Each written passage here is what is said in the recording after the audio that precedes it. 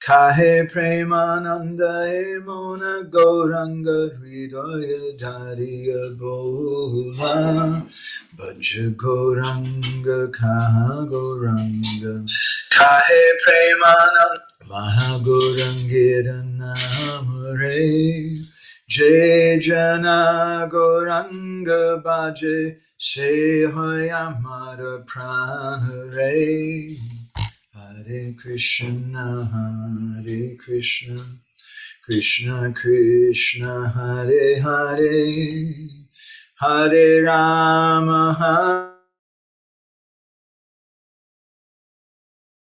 Hare Yashaiva Padambu Jabhakti Labhya Prema Bhidana Padama Pumata Tasmai Jagan Mangala Mangalaya Chaitanya Chandraya Namo Namaste Chaitanya Chandraya Namo Namaste Chaitanya Chandraya Namo Namaste Madgavirapi Gopala Sri Kriyat Kripaya Judi Tadaiva Sambhaya Pitva Rishi Yustat Priya Janaha Shri Krishna Krishna Chaitanya Sasanatana Rupaka Gopala Raghunatha Brajabala Bapahima Vancha Kalpatarubhyascha Kripa Sindhubhya Evacha Patitanam Pavanebhyo Vaishnavebhyo Namo Namaha Jai Shri Krishna Chaitanya Prabhu Nityananda Shri Advaita Gadadhar Shri Vasari Gaura Bhakta Hare Krishna Hare Rama Rama Rama Hare Hare. So nice to see all of you. Hare Krishna. It's really good. I've been, you should all say a prayer for Krishna Kun so she can survive, because I'm locked up in this little room with her. I can't, yesterday I went for about a 5-minute walk and it was too much for me. I'm not moving around very much and I'm just cooped up completely. She's the only person I've seen. And this is the first time I've seen anybody, you guys here, so it's very nice. Just close this doors. Oh, so we're reading from Prema-bhakti-candrika, and we're going slow, but slow is the best way to go, I think.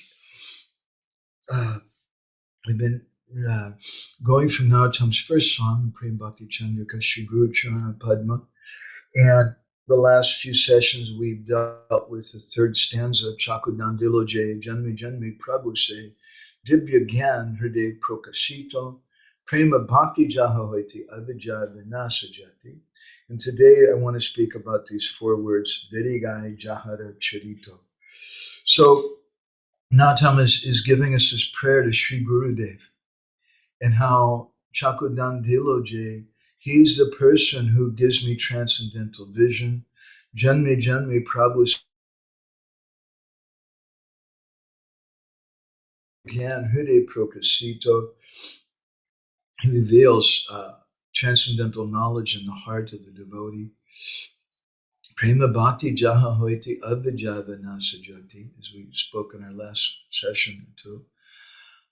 He's a giver of Prema Bhakti, and he destroys ignorance to the Prema Bhakti, as we want to speak about today. Vedigai Jahara Charito. The Vedic literatures, Vedic scriptures sing of his character. So I was contemplating this, why Narottam sang this, and 3 reasons come to my mind. Of course, there may be thousands of other reasons, I don't know, but 3 reasons came to my mind why he's stressing this point about Virigai Jahara Charito. The first, Anvaya Vyatireka Vyamya Shat Savata Sarvata, we understand things directly and indirectly, and directly to glorify the Guru. indicating that this is his position, that all the Vedic literatures sing of the character of his personality. And secondly, a little more subtly, to teach the Sishya, the disciple, that he or she should have faith in their guru, something which is not always spoken about, something which is not always appreciated today, very sadly. And thirdly, to show that by worshiping the guru, we get I can just read the book and I'll get everything. But we should understand that we won't understand anything unless we approach Guru. By singing Vede gaya jahara carita, Vede gaya nartam, he's glorifying the Guru, and he's indicating that not only do we glorify him, but also the Vedic literatures glorify Guru. And there's so many, many statements in this regard. Acharya mam vijanayat.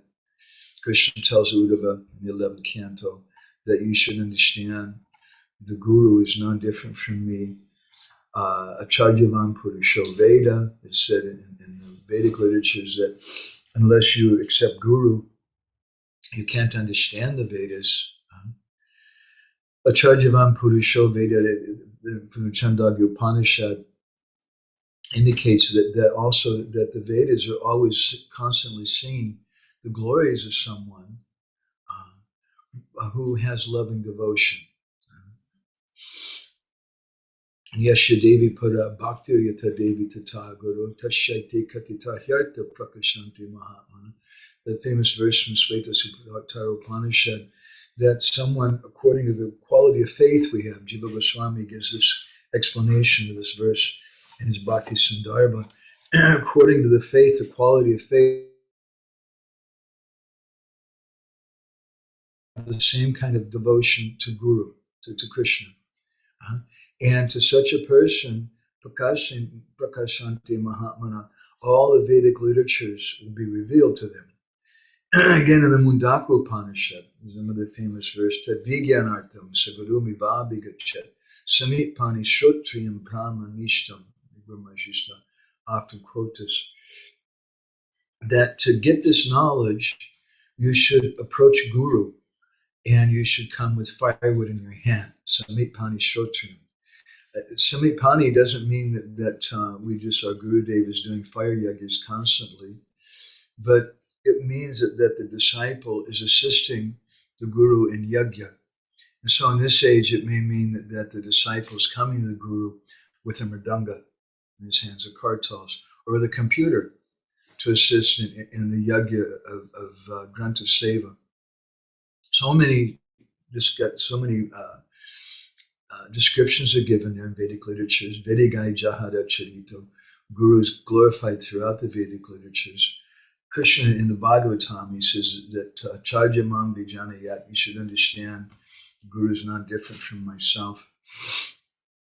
And we should understand that by worshiping Guru, we're worshiping Krishna. By worshiping Krishna, we're worshiping Guru. Tate Krishna Bhaji Kore Guru. One gains all knowledge. There's another famous verse in this regard in the second chapter of the first canto, which contains many, many most important verses in the whole Bhagavatam. In the seventh verse there, it says, Vasudevi Bhagavati Bhakti Yoga Prayojitaha Janayat Yashivairagyam Gyanam Chayada Hoitakam. That just by rendering bhakti, then this knowledge and renunciation by ragya and gyan, they come automatically. It's not that we have to make a separate endeavor for that. So that bhakti means that with bhakti stu bhagavad bhakti sangena parijayate, the Brihanadiya Purana states, that we can only get bhakti by serving sadhu guru. This is how Krishna distributes his mercy. As we've often commented again in Bhakti Sandarbha, Jiva Goswami explains that Krishna doesn't have mercy, but he does, of course, have mercy. We in fact, address him as Karuna Sindhu, as an ocean of mercy. But as my Guru Maharaj would say, if you approach Krishna and say, Krishna, Please give me your mercy. You're the ocean of mercy. And Krishna will say, I'm sorry, that ocean's not with me.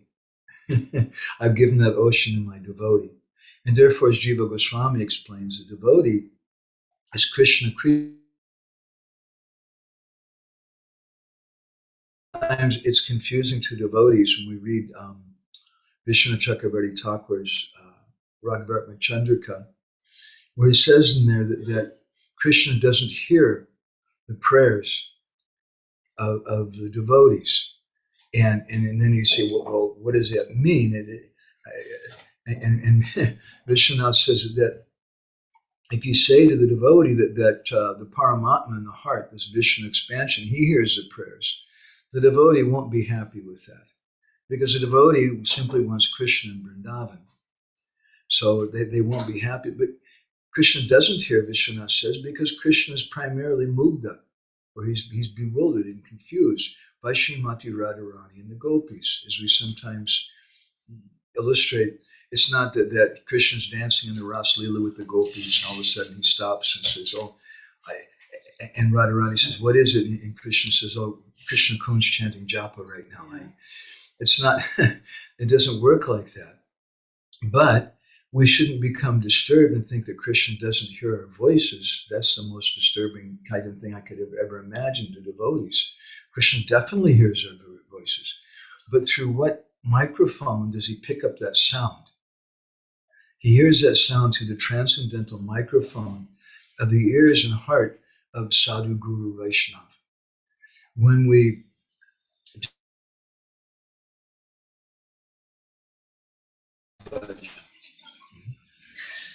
And for such a disciple who has surrendered to Guru, he should understand that he'll get everything. Vede, gaya, jahara, carita. Gurudev is glorified throughout the Vedic literatures, and one back way of understanding is that simply by approaching Guru, we can get everything. We can get all Vedic knowledge. There's a beautiful story in the life of Adi Shankaracharya. Shankaracharya, early in his life, a little after he took sannyas, he went to Kashi. And it was there in Kashi that he accepted his first disciple, whose name was Vishnu Sarman, a young man. And Shankar gave him the name Sanandana. And later, Shankar collected more disciples. And as often happens, it's not just an ISKCON phenomenon, but as often happens, there became some politics amongst the disciples. It became some kind of guru-groupy mood. And some of them were thinking themselves better. And especially Sanandana, he was a very simple person. He didn't know Sanskrit or anything. And one day it said that Shankaracharya was sitting on the bank of the Ganga, and he was getting ready to speak some shastra before his disciples. And he looked around and he saw that Sanandana, his first disciple, and the other disciples, they became a little annoyed. They said, Guru Maharaj, he's like a cow or something. What benefit is there in speaking the Bhagavatam, speaking Shastra before a cow? He doesn't understand. And Shankar didn't reply to them. But to show the greatness of his disciple, Sanandana, at that time Shankar called out for him, hey, Sanandana, come. Now, Sanandana was on the other side of the Ganga, but now his Gurudev is calling him. And Sanandana didn't even hesitate.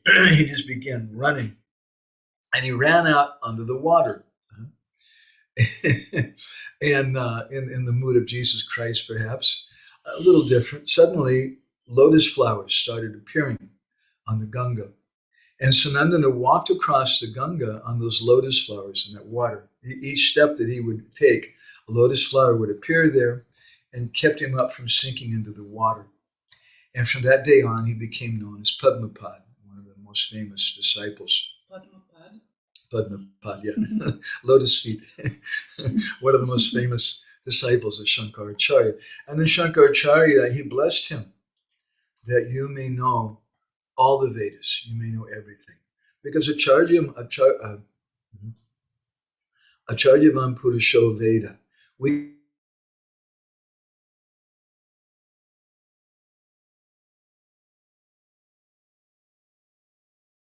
para bhakti yatate vitata guru, and we have unflinching faith in the lotus feet of Gurudev, then we can get everything.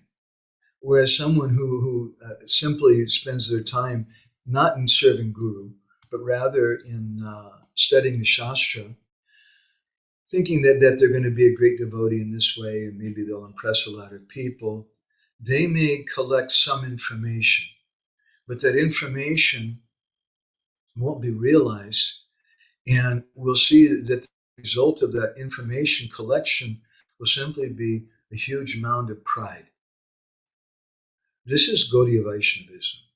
Our heroes are Gaura-Kishore Babaji, who couldn't read the Bhagavad Gita because he couldn't read Sanskrit. Our heroes are the illiterate Brahmin in South India, who, if you study the text in Bengali, actually he could read. But he was considered illiterate because he couldn't pronounce the Sanskrit properly. Sometimes people tell the story that he was holding the book upside down and reading it. And he was crying. And Mahaprabhu asked him, "Why are you crying? You can't understand the Gita." And he said, "I'm crying because I'm thinking of the picture of Krishna serving as Parthasarathi, the chariot driver of Arjuna." And Mahaprabhu said, "You are the real knower." But oftentimes devotees have this propensity, this inclination to collect information, to collect knowledge, as a way perhaps of gathering fame, or to perhaps encourage themselves that, yes, I'm a great person, I've memorized this and that. But that's not actually our line. That's not our system. And therefore, Srila Bhaktisiddhanta Saraswati, who is famous as a walking encyclopedia, he forbade the devotees from reading. Rather, he encouraged them, you just simply go to class.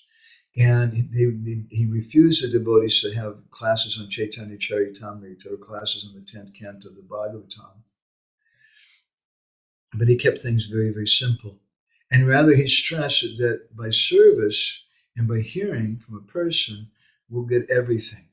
It doesn't mean that we shouldn't also read. Srila Bhaktisiddhanta also spoke about the Brihat Mridanga, and he printed so many books, and he wanted us not to only distribute them, but he wanted us also to read those books. And he wrote commentaries on the Bhagavatam, and he gave us Bhagavad Gita. Bhaktivinoda Thakur published 2 different editions of Bhagavad Gita. He gave us those 2 editions of Gita and many, many other books, which are very, very important for us. But those of you who read our recent magazine, 2 issues ago now, about the Gita, he stressed to the devotees how important the Gita is. And he said that if there's Mahapralaya, and there's a flood throughout the universe, and you're drowning, and you can't hold on to anything, then just hold on to 3 books: Bhagavad Gita, Srimad Bhagavatam, and Chaitanya Charitamrita, and that'll be sufficient. And then he added, but if you can't hold on to the Bhagavad Gita, you can only hold on to 2 books, then just keep a hold of the Bhagavatam and Chaitanya Charitamrita. And then he went on to say further, and if the waves are really heavy and it really looks like you're going to drown, you can only hold on to one thing: never ever give up Chaitanya Charitamrita. That's our everything. So it wasn't that Srila Bhaktisiddhanta didn't want devotees to read Chaitanya Charitamrita, but he wanted devotees to live Chaitanya Charitamrita. He wanted devotees to understand it and approach it in the proper way. And we should read, we should hear. We both read and we hear as a service. As we've commented before on this thing, my Guru Maharaj often said that our hearing is a service to Guru, and we please him by that. Just any parent can tell you that the mother's pleased when she chastises or lectures the children, and if they sit patiently and look at her and say, "Yes, Mom, you're right, Mom. I'm sorry, Mom." That's maybe 1 out of a million. Don't listen that attentively. And honestly, most devotees don't listen that attentively either. Sometimes we listen with our pen and paper, and we should take notes. My Guru Maharaj also encouraged us to take notes. But we want to hear with the ear and enter and have that sound vibration enter into the heart.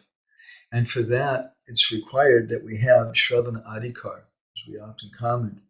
And if we have that qualification to hear, which is Praniprashan and Seva, then that sound vibration won't just be theoretical information, which only gives rise to pride, but it'll go very, very deep into the heart. And you may not be the biggest scholar. Once there was a big, big scholar in South India who was undefeated. He was, what's the phrase? Big It wasn't a big Vijay. Anyway, he was undefeated in all four directions. And once he went to a small village and he was challenging everyone. Everyone was in awe, just being quiet before him. And suddenly a little boy, who was about 4 years old, came to him. The little boy later became one of the most prominent disciples of Ramanuja. His name was Kuresh. And the little boy asked him, he said, Maharaj, he said, you're so very learned. Can you tell me, with your great knowledge, small hand of sand? And this big Vijay Pandit turned to the little boy and realized, and was defeated by that little boy, and realized that all of his knowledge was just simply pride. So, Dibya Gyan Hriday Prakasito, we should understand all the Vedic literatures glorify Gurudev. We should have strong faith, therefore, in Gurudev, that all the Vedic literatures are worshiping him, are glorifying him, and that by serving Gurudev, we'll get all the purport of all the Vedic literatures. In the Mahabharata is a story that my Guru Maharaj often spoke about a Muni named Domya. And Domya had a disciple, his name was Upamanyu. And on one occasion, Domya, he instructed Upamanyu, he said, hey, Upamanyu, you go take care of the cows. That's your seva. Upamanyu was a simple person. Some say it was because he was simple that he gave him such an instruction. But other Vaishnavas say, no, actually it was a great blessing on him because he loved Upamanyu. He gave him such an intimate, wonderful service of taking care of the cows. It's not that externally it looks like taking care of the cows is something for people we're not very educated. But in actuality, taking care of the cows is meant for the most elevated of the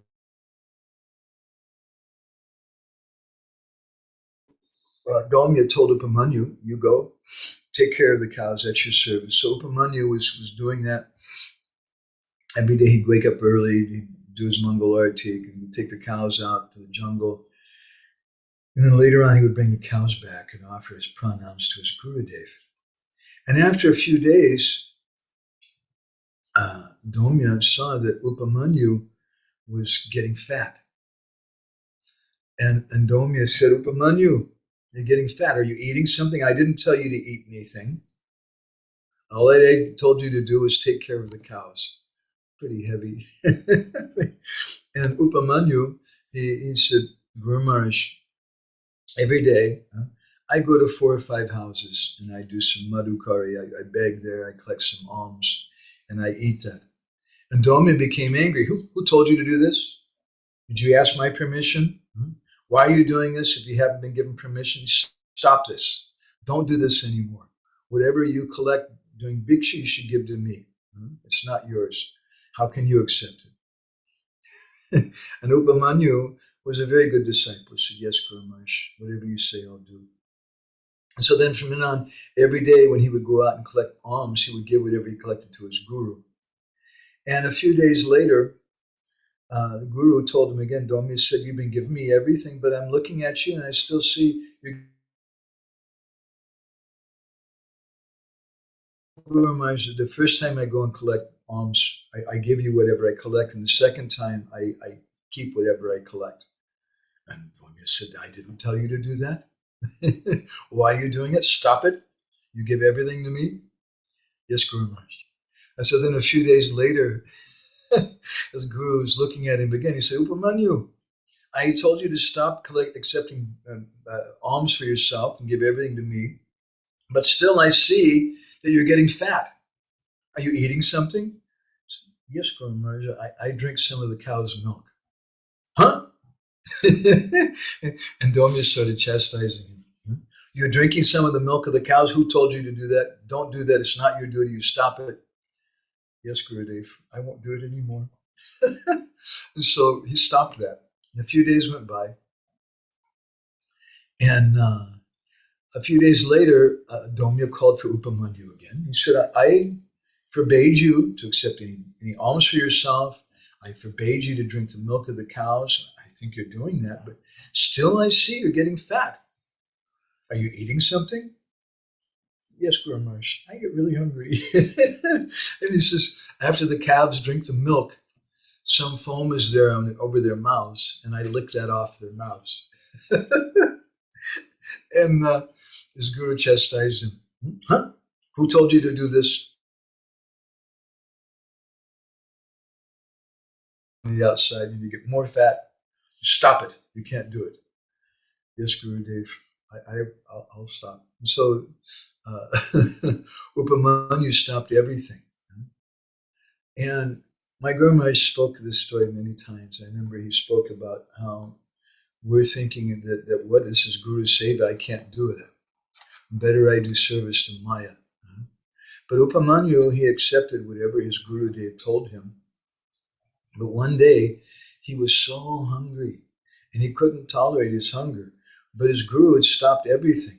So he took some leaves.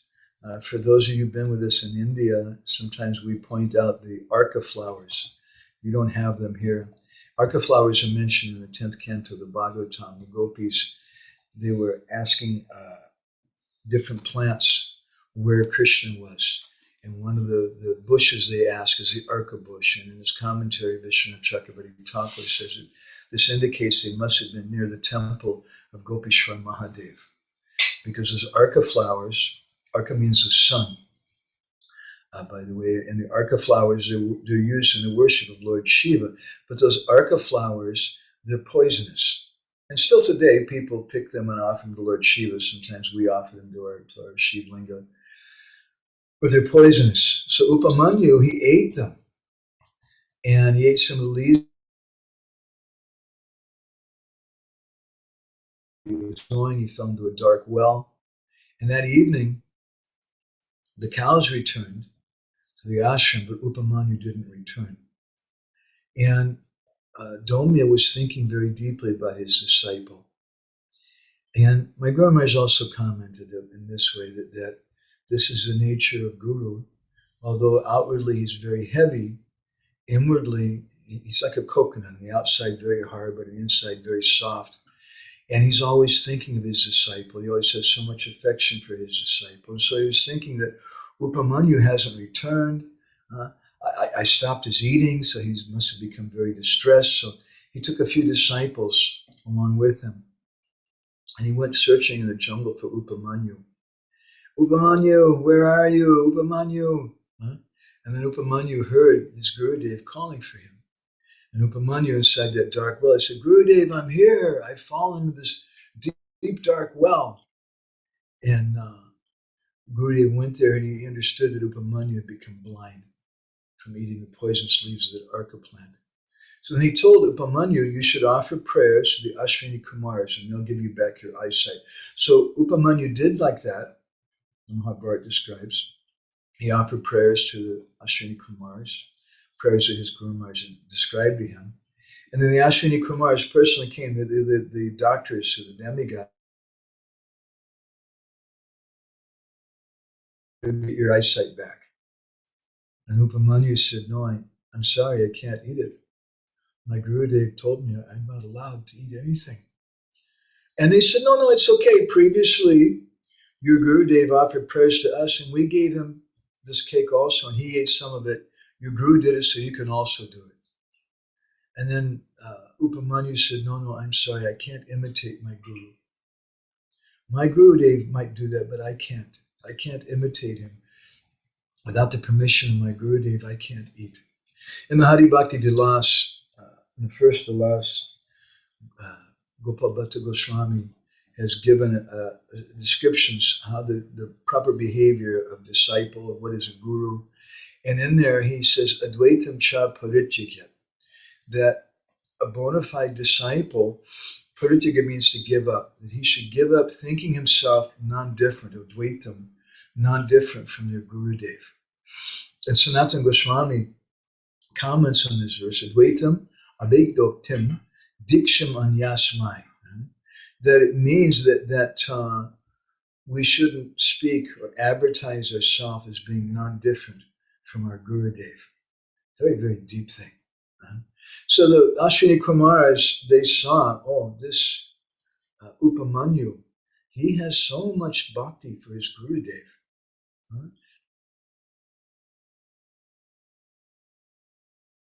And the Mahabharata says that they told him you'll have golden teeth and you'll have very good eyesight. And not only will you have very good eyesight, you won't need glasses, but you'll have transcendental vision.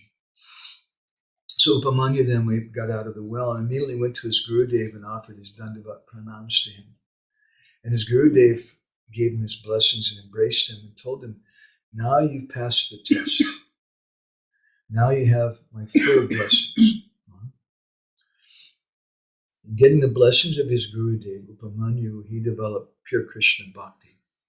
And at that time, all the Vedic literatures, all the Siksha, again, all the Vedic knowledge, gaya, jahara, carita, became manifest to him.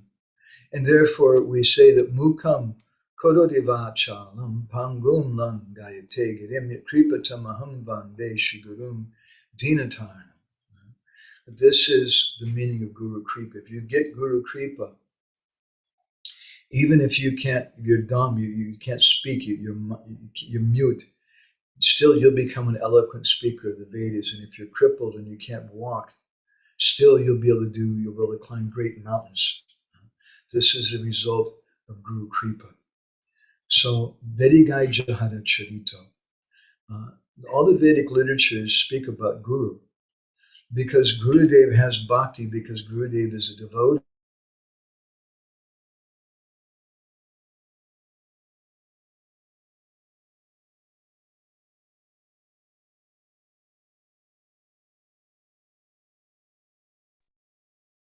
Is it on my side or are you experiencing these stoppages also?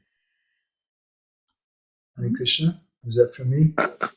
Yeah, yes, I think so. For me, you're getting in out. Quite frequently we are getting like interruptions. Oh, it must be our internet connection. I'm sorry. There's nothing I can do about that.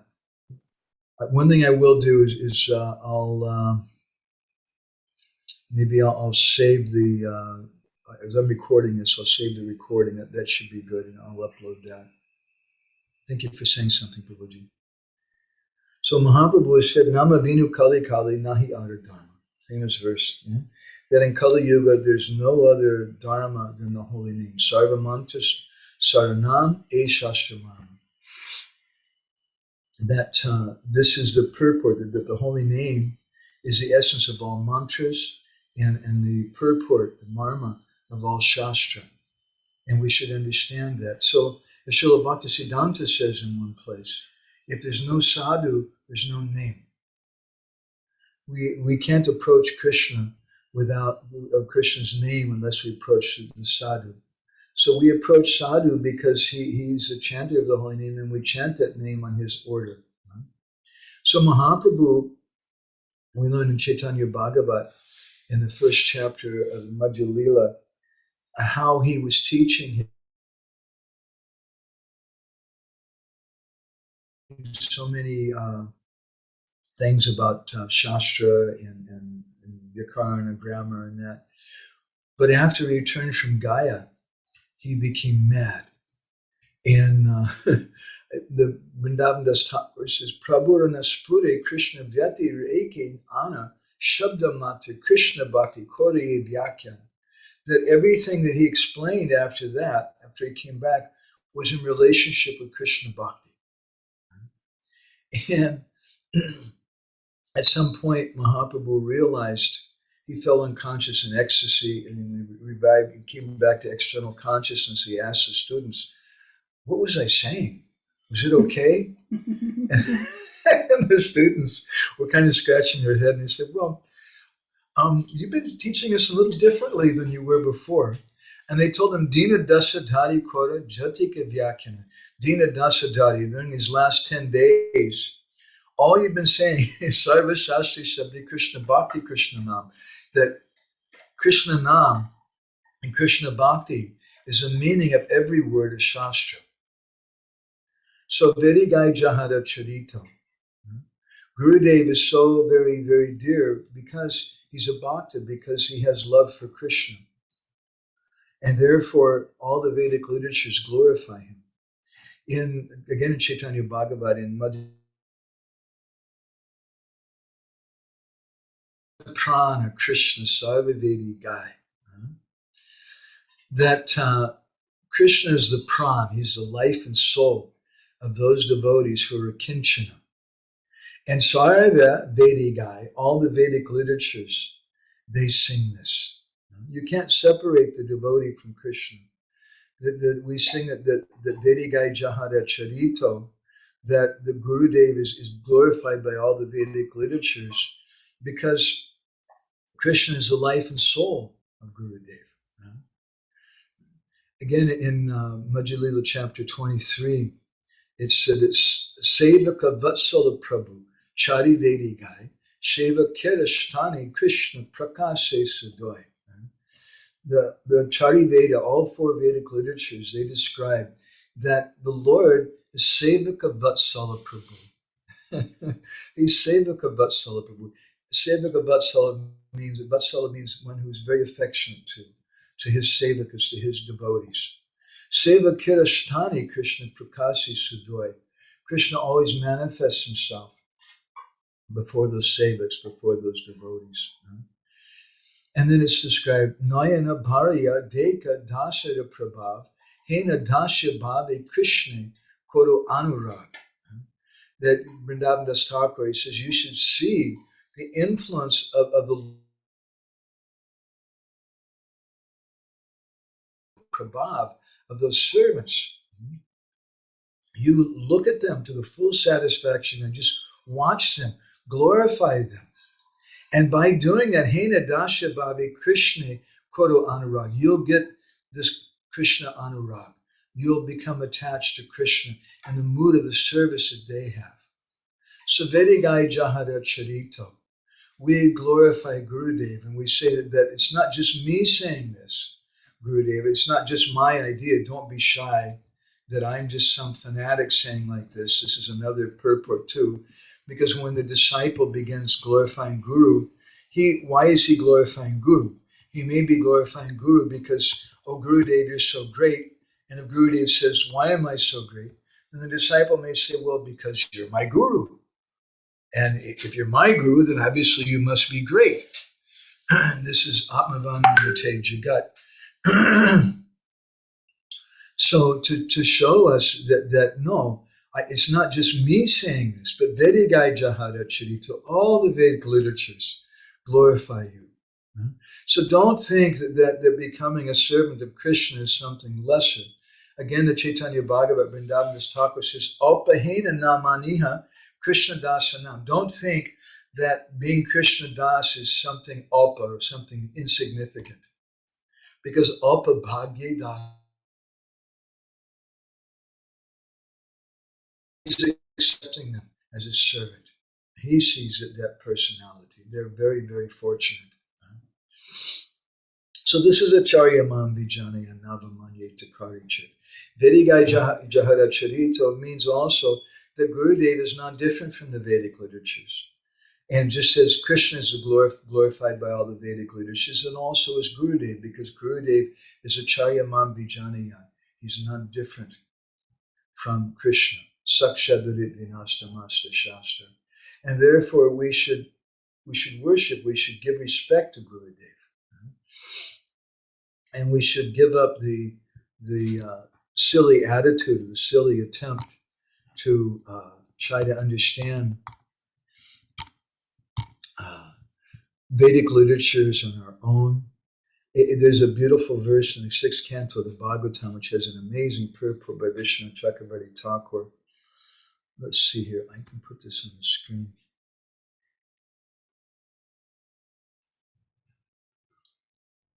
This is Bhagavatam 7:15-26. Yasha Sakshad Bhagavatiti Jnanadeepa Prade Guru Martyasadi Sutam Tasya Sarvam Kunjara Sochava. Prabhupada translates this. The spiritual master should be considered to be directly the Supreme Lord.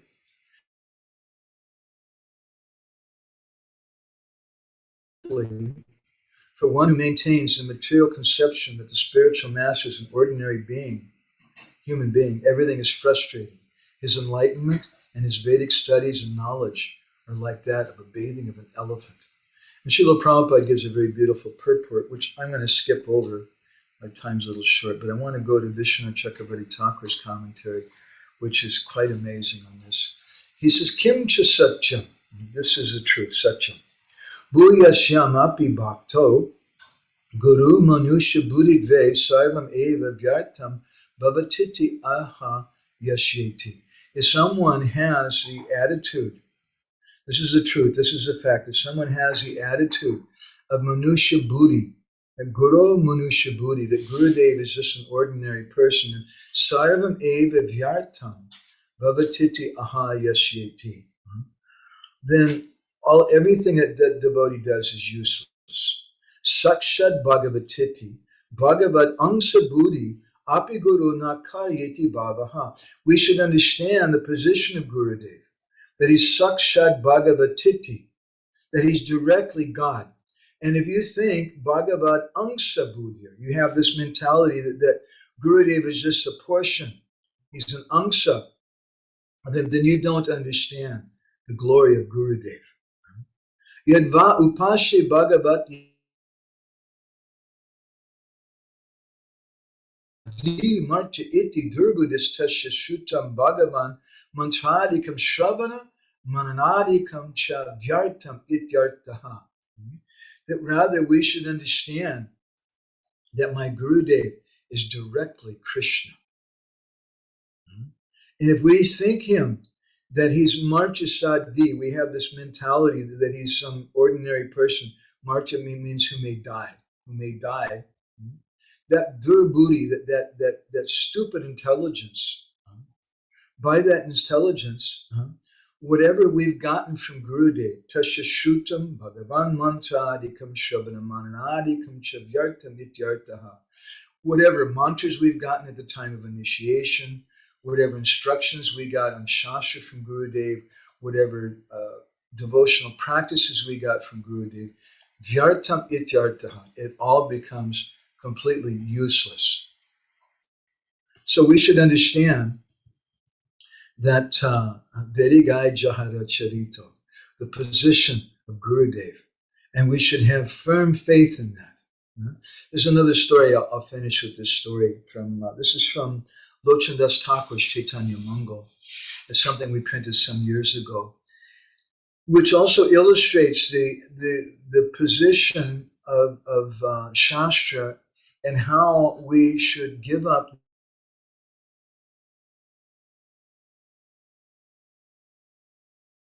of Gurudev, independent of Chaitanya Mahaprabhu.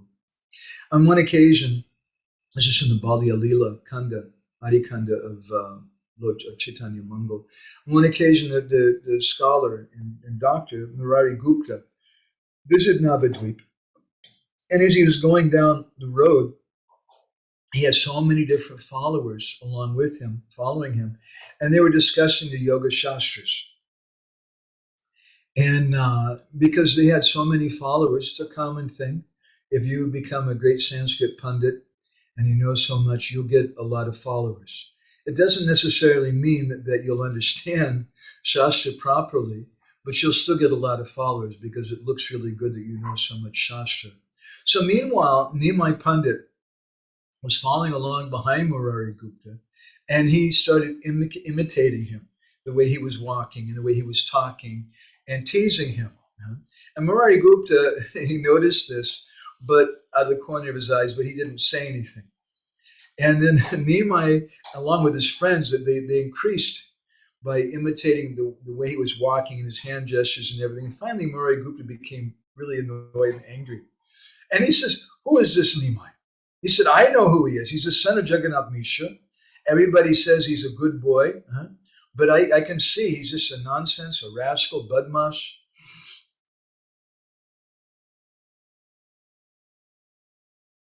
My Pandit became angry, and he chastised Murari Gupta, that elderly man. He said, my dear Pandit, when you take your meal, then I'm going to teach you something. And Murari, what is this crazy little boy speaking? So he forgot all about it, and he went back to his residence and he sat down to take his meal. And just at that time, Vishwambar, Nimai Pandit, showed up dressed in a very opulent way.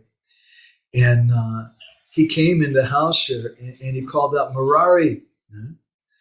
And Murari Gupta said, what are you doing here? And Nimai said, don't worry, it's just me. Just go on with your meal. And then Murari Gupta kept eating. And suddenly Nimai crept a little closer. And then he kind of sort of pulled out his male paraphernalia. And he started passing urine all over Murari's food. How do we understand this story, huh? And Murari Gupta became very, very disturbed. Could you imagine? And started shouting at him, shame on you, shame on you. And meanwhile, Nimai Pandit just started clapping his hands and dancing. and the Chaitanya Mangal describes the words of Nimai. Kada Shira Nadiya, Bhakti Pata Chariya, Yoga Boli E Apipar.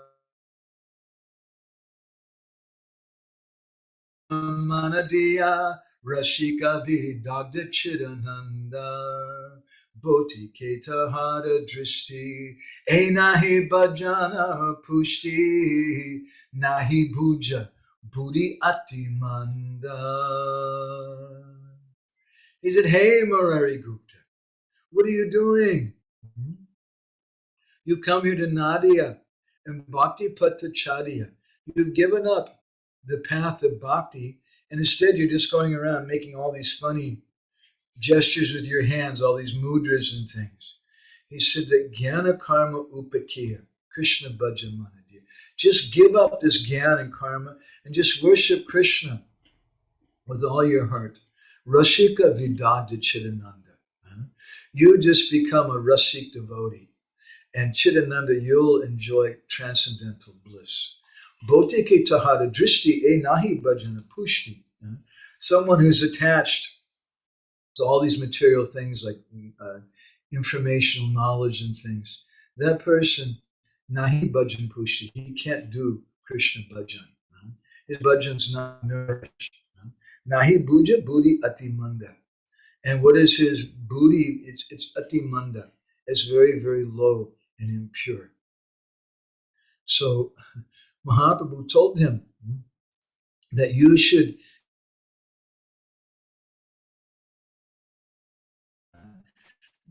worship that person who's the Jivanadana, the treasure and life of the gopis of Vrindavan. And then suddenly Nimai Pandit disappeared. And Murari Gupta was kind of a far-out lunch. Murari Gupta became really confused and started running around searching for him. And then he thought he got this deep realization. Oh, the son of Mother Sachi, this personality is actually Bhagavan. And so then he left his house and started running to the house of Jagannath Mishra. He could hardly walk. Lochan Das Thakur says he was falling over and getting up, and he was so confused. And when he arrived there, he found Nimai sitting on the lap of Sachi Devi and Jagannath Mishra and his wife, caressing and kissing and speaking very affectionately with his son. And Murari Gupta just came in, and though he didn't even knock on the door, he just kind of staggered into the house. And he didn't say a word, he just looked at the beautiful face of Nimai. And all the hairs on his body then stood on end, and tears started coming from his eyes, and he fell down on the ground like a stick and started bowing down again and again. And it was a little startling in that scene.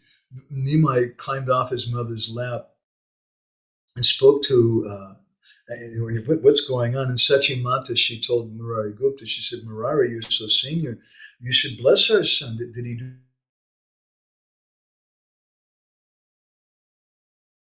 you being sarcastic?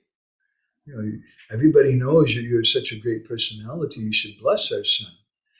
And they took a hold of Murari Gupta's hands and they bowed down before him. And then Murari Gupta started glorifying Nimai. He said, "You're a Vishwambara. He's the god of all the gods. And in the future, you don't understand right now, but later on, he'll reveal his identity to you. You're the most fortunate person's parents in the world. You take care of him, protect him. Remember what I say, Vishwambara is actually the Supreme Personality of Godhead."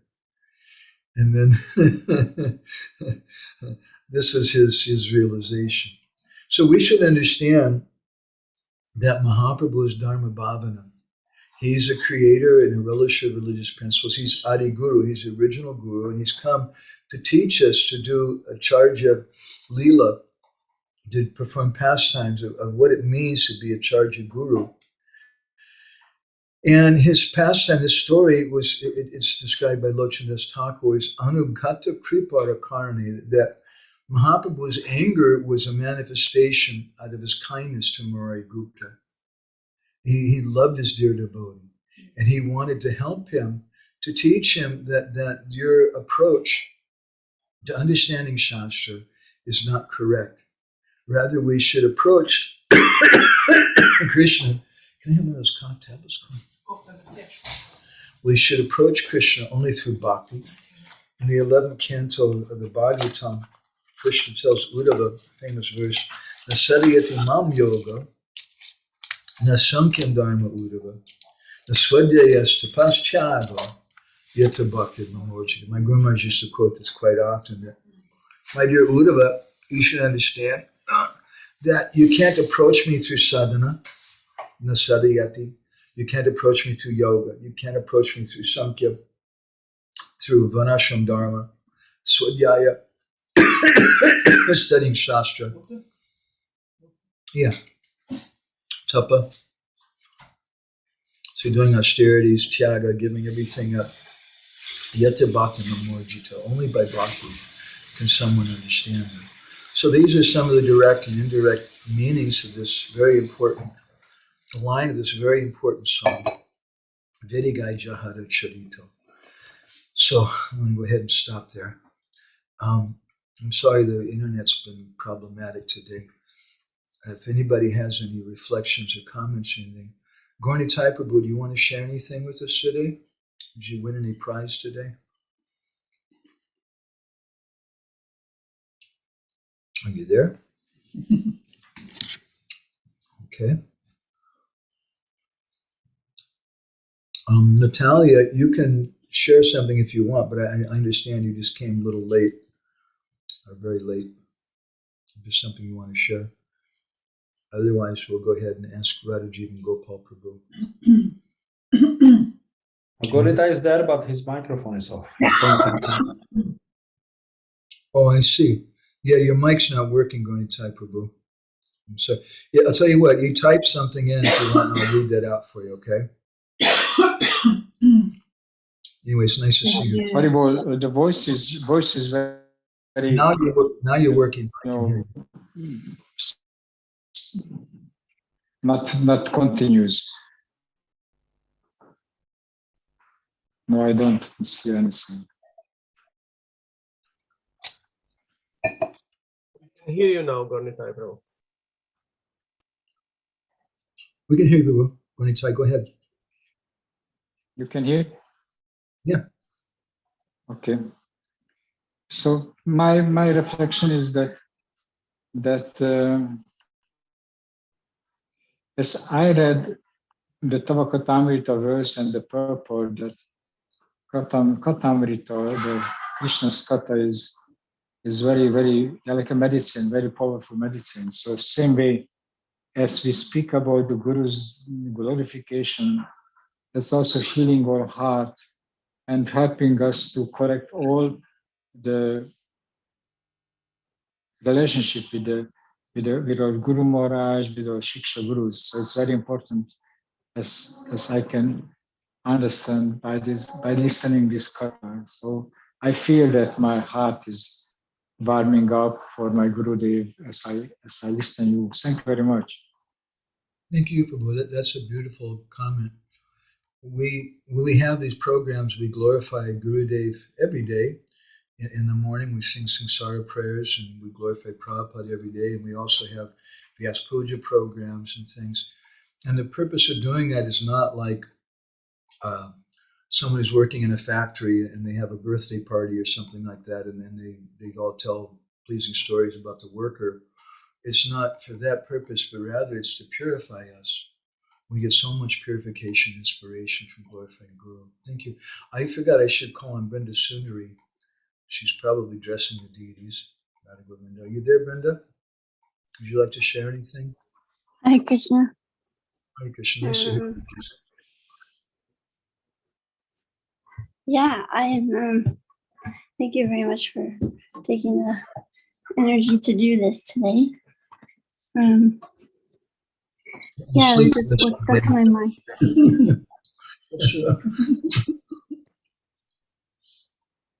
What stuck in my mind was like Kishore Das Babaji is our hero, and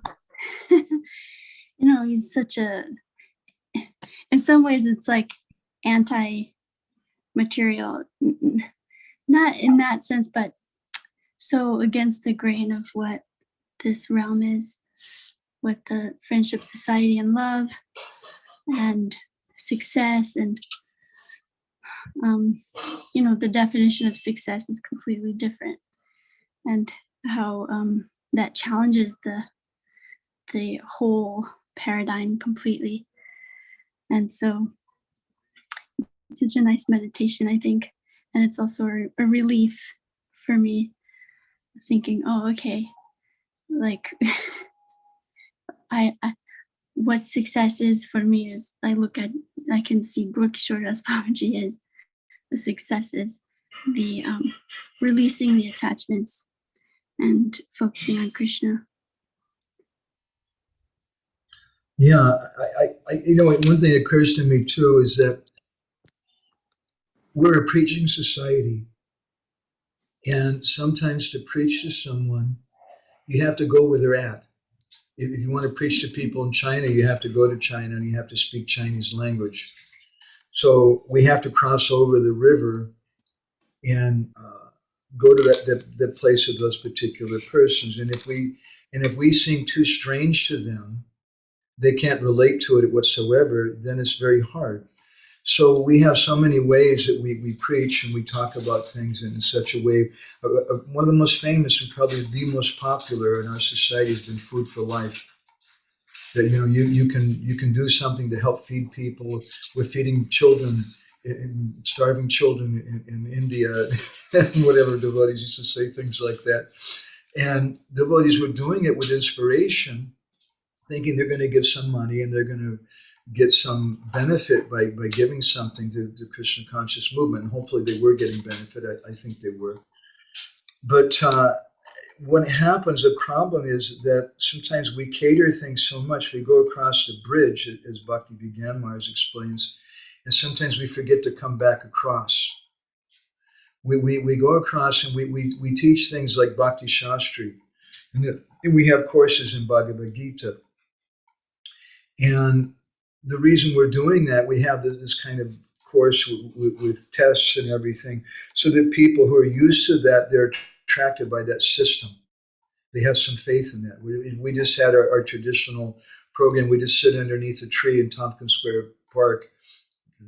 Then nobody's going to be interested in the Bhagavad Gita class there. But we have a class, we have tests, and you get a certificate and this and that. People can relate to that. And that's a good thing. And devotees have to be careful, though, when they teach those things, that they don't cross the river and forget what they've done. That our purpose is something academic. And because it's very, very easy, and I've seen all too often in the society of devotees, we place more stress on academic information sometimes. I call it academic in the sense that it's not realized. But it's knowledge of the Gita and the Bhagavatam, and devotees are able to quote verses, and they know so much Rasa Shastra. But if it's not accompanied with being Guru Nishta, affection of Gurudev, and doing service to Guru, then what will be the result of it? It's not a proper thing. So we should understand that the Bhakti Shastri is a good thing. We want those courses and that. But the reason we're doing it is to attract those people to come back across. Whereas for us, Gorkishore Babaji, he's the best student of Bhakti Shastri. And one of the proofs was actually in Navadvip, if you read, there's a biography Srila Bhaktisiddhanta wrote in a series of articles in the Gaudiya magazine years ago, glorifying Gorkishore Babaji. And from those articles, you can see that there were many people, there's a whole group of people who are going and hearing from Gorkishore Babaji every day. And one person would read the Bhagavatam, and I presume would translate it into Bengali or something, and Gorkishore Babaji would make comments. So it's not that they didn't see him as an inspiration in terms of Shastra, but he was a living, realized person. It wasn't just academic information. So you want to add anything more to that, Brenda Sundari? Well, I do often feel that the tension between crossing the bridge, like how far do I go? And sometimes I just want to like go back into my Krishna conscious bubble and go deeper there. But to go outward, it almost feels like a dichotomy, like it's opposite. And so I sometimes I feel challenged in that, like actually being outward and reaching others and meeting them where they're at, when at times I just want to like just be in, just study and be absorbed. So finding that balance, it's where I still feel nourished while I'm also reaching others, meeting them where they're at. The real success of being a temple manager or being a preacher is to bring people inside of our bubble with us. That's why I always say my favorite type of harinam is when we sit in a circle and we just get absorbed in the holy name. And then some people just come and sit down with you and they just enter into your bubble. And it's a really, really beautiful thing. That's what we want.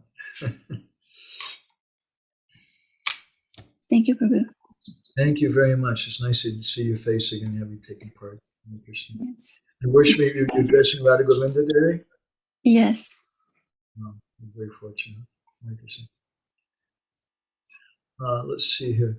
Hari Chandra Prabhu, do you want to add anything? Any treasures, any gifts that you got today?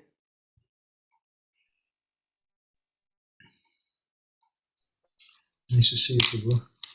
Hare Krishna, everybody. Yes, I have a short sentence. That thanks to this session, I would like meditation. You're going in and out. Yeah. Maybe you can write a note or something. Or try again. Let's see.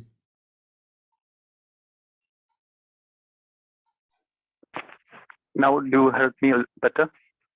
Yeah, it's better now.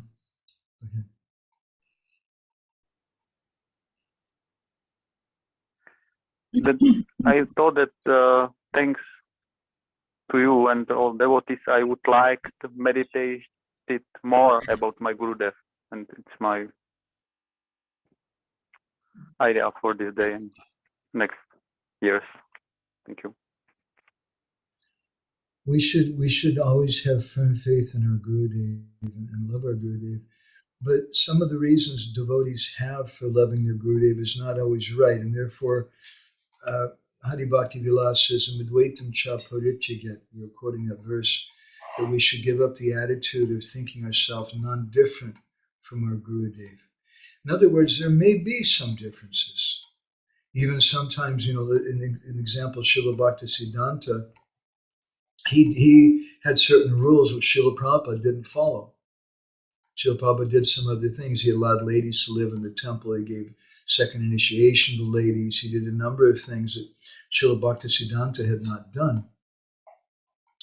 And some devotees become disturbed by that because there's a mentality, a mundane mentality that thinks I'm non-different from my Gurudev. Doesn't mean that I have to agree with my Gurudev even about every single thing, but that I should our Guru Nishtha is that I'm Nishtha to the bhajan pranali that my Gurudev gave me. I'm Nishtha to the Ishtadev that my Gurudev gave me. And sometimes there's some little details. Sometimes Gurudev may see some things a little differently in one way or another way. We shouldn't, but our Nishtha, our Gurudev, should be that we love him because he's a Sevaka Bhagavan. He's a servitor of Krishna. And he's given me Krishna. He's given me everything. So anyway, it's very nice to see you today, Prabhuji.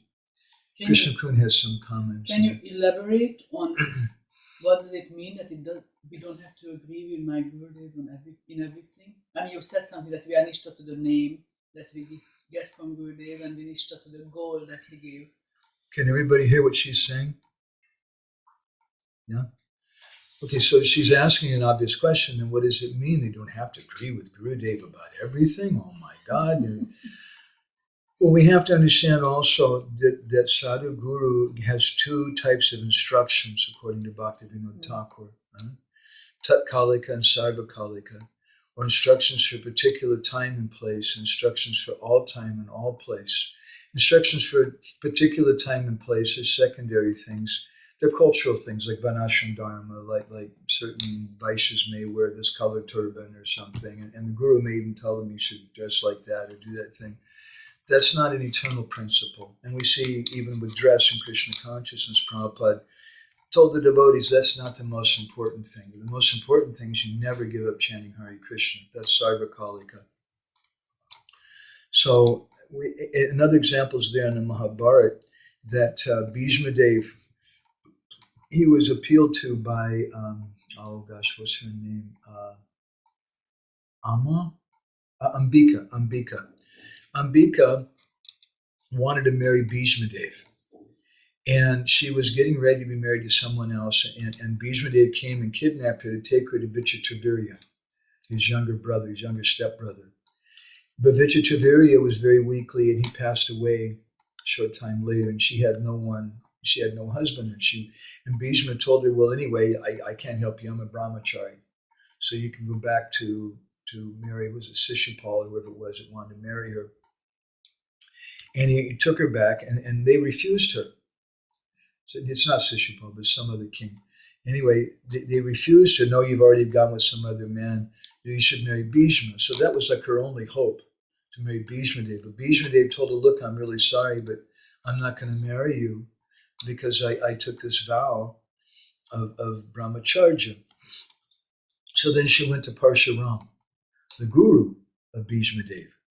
And she said, she appealed to him, would you please speak to your disciple and tell him he's got to get his act together. And he's got to marry me. He's my only hope. And so Parshuram called for Bhishma Dev. Bhishma Dev came, yes, Gurudev, what is it? And Parshuram told him, he said, so I want you to marry Ambika.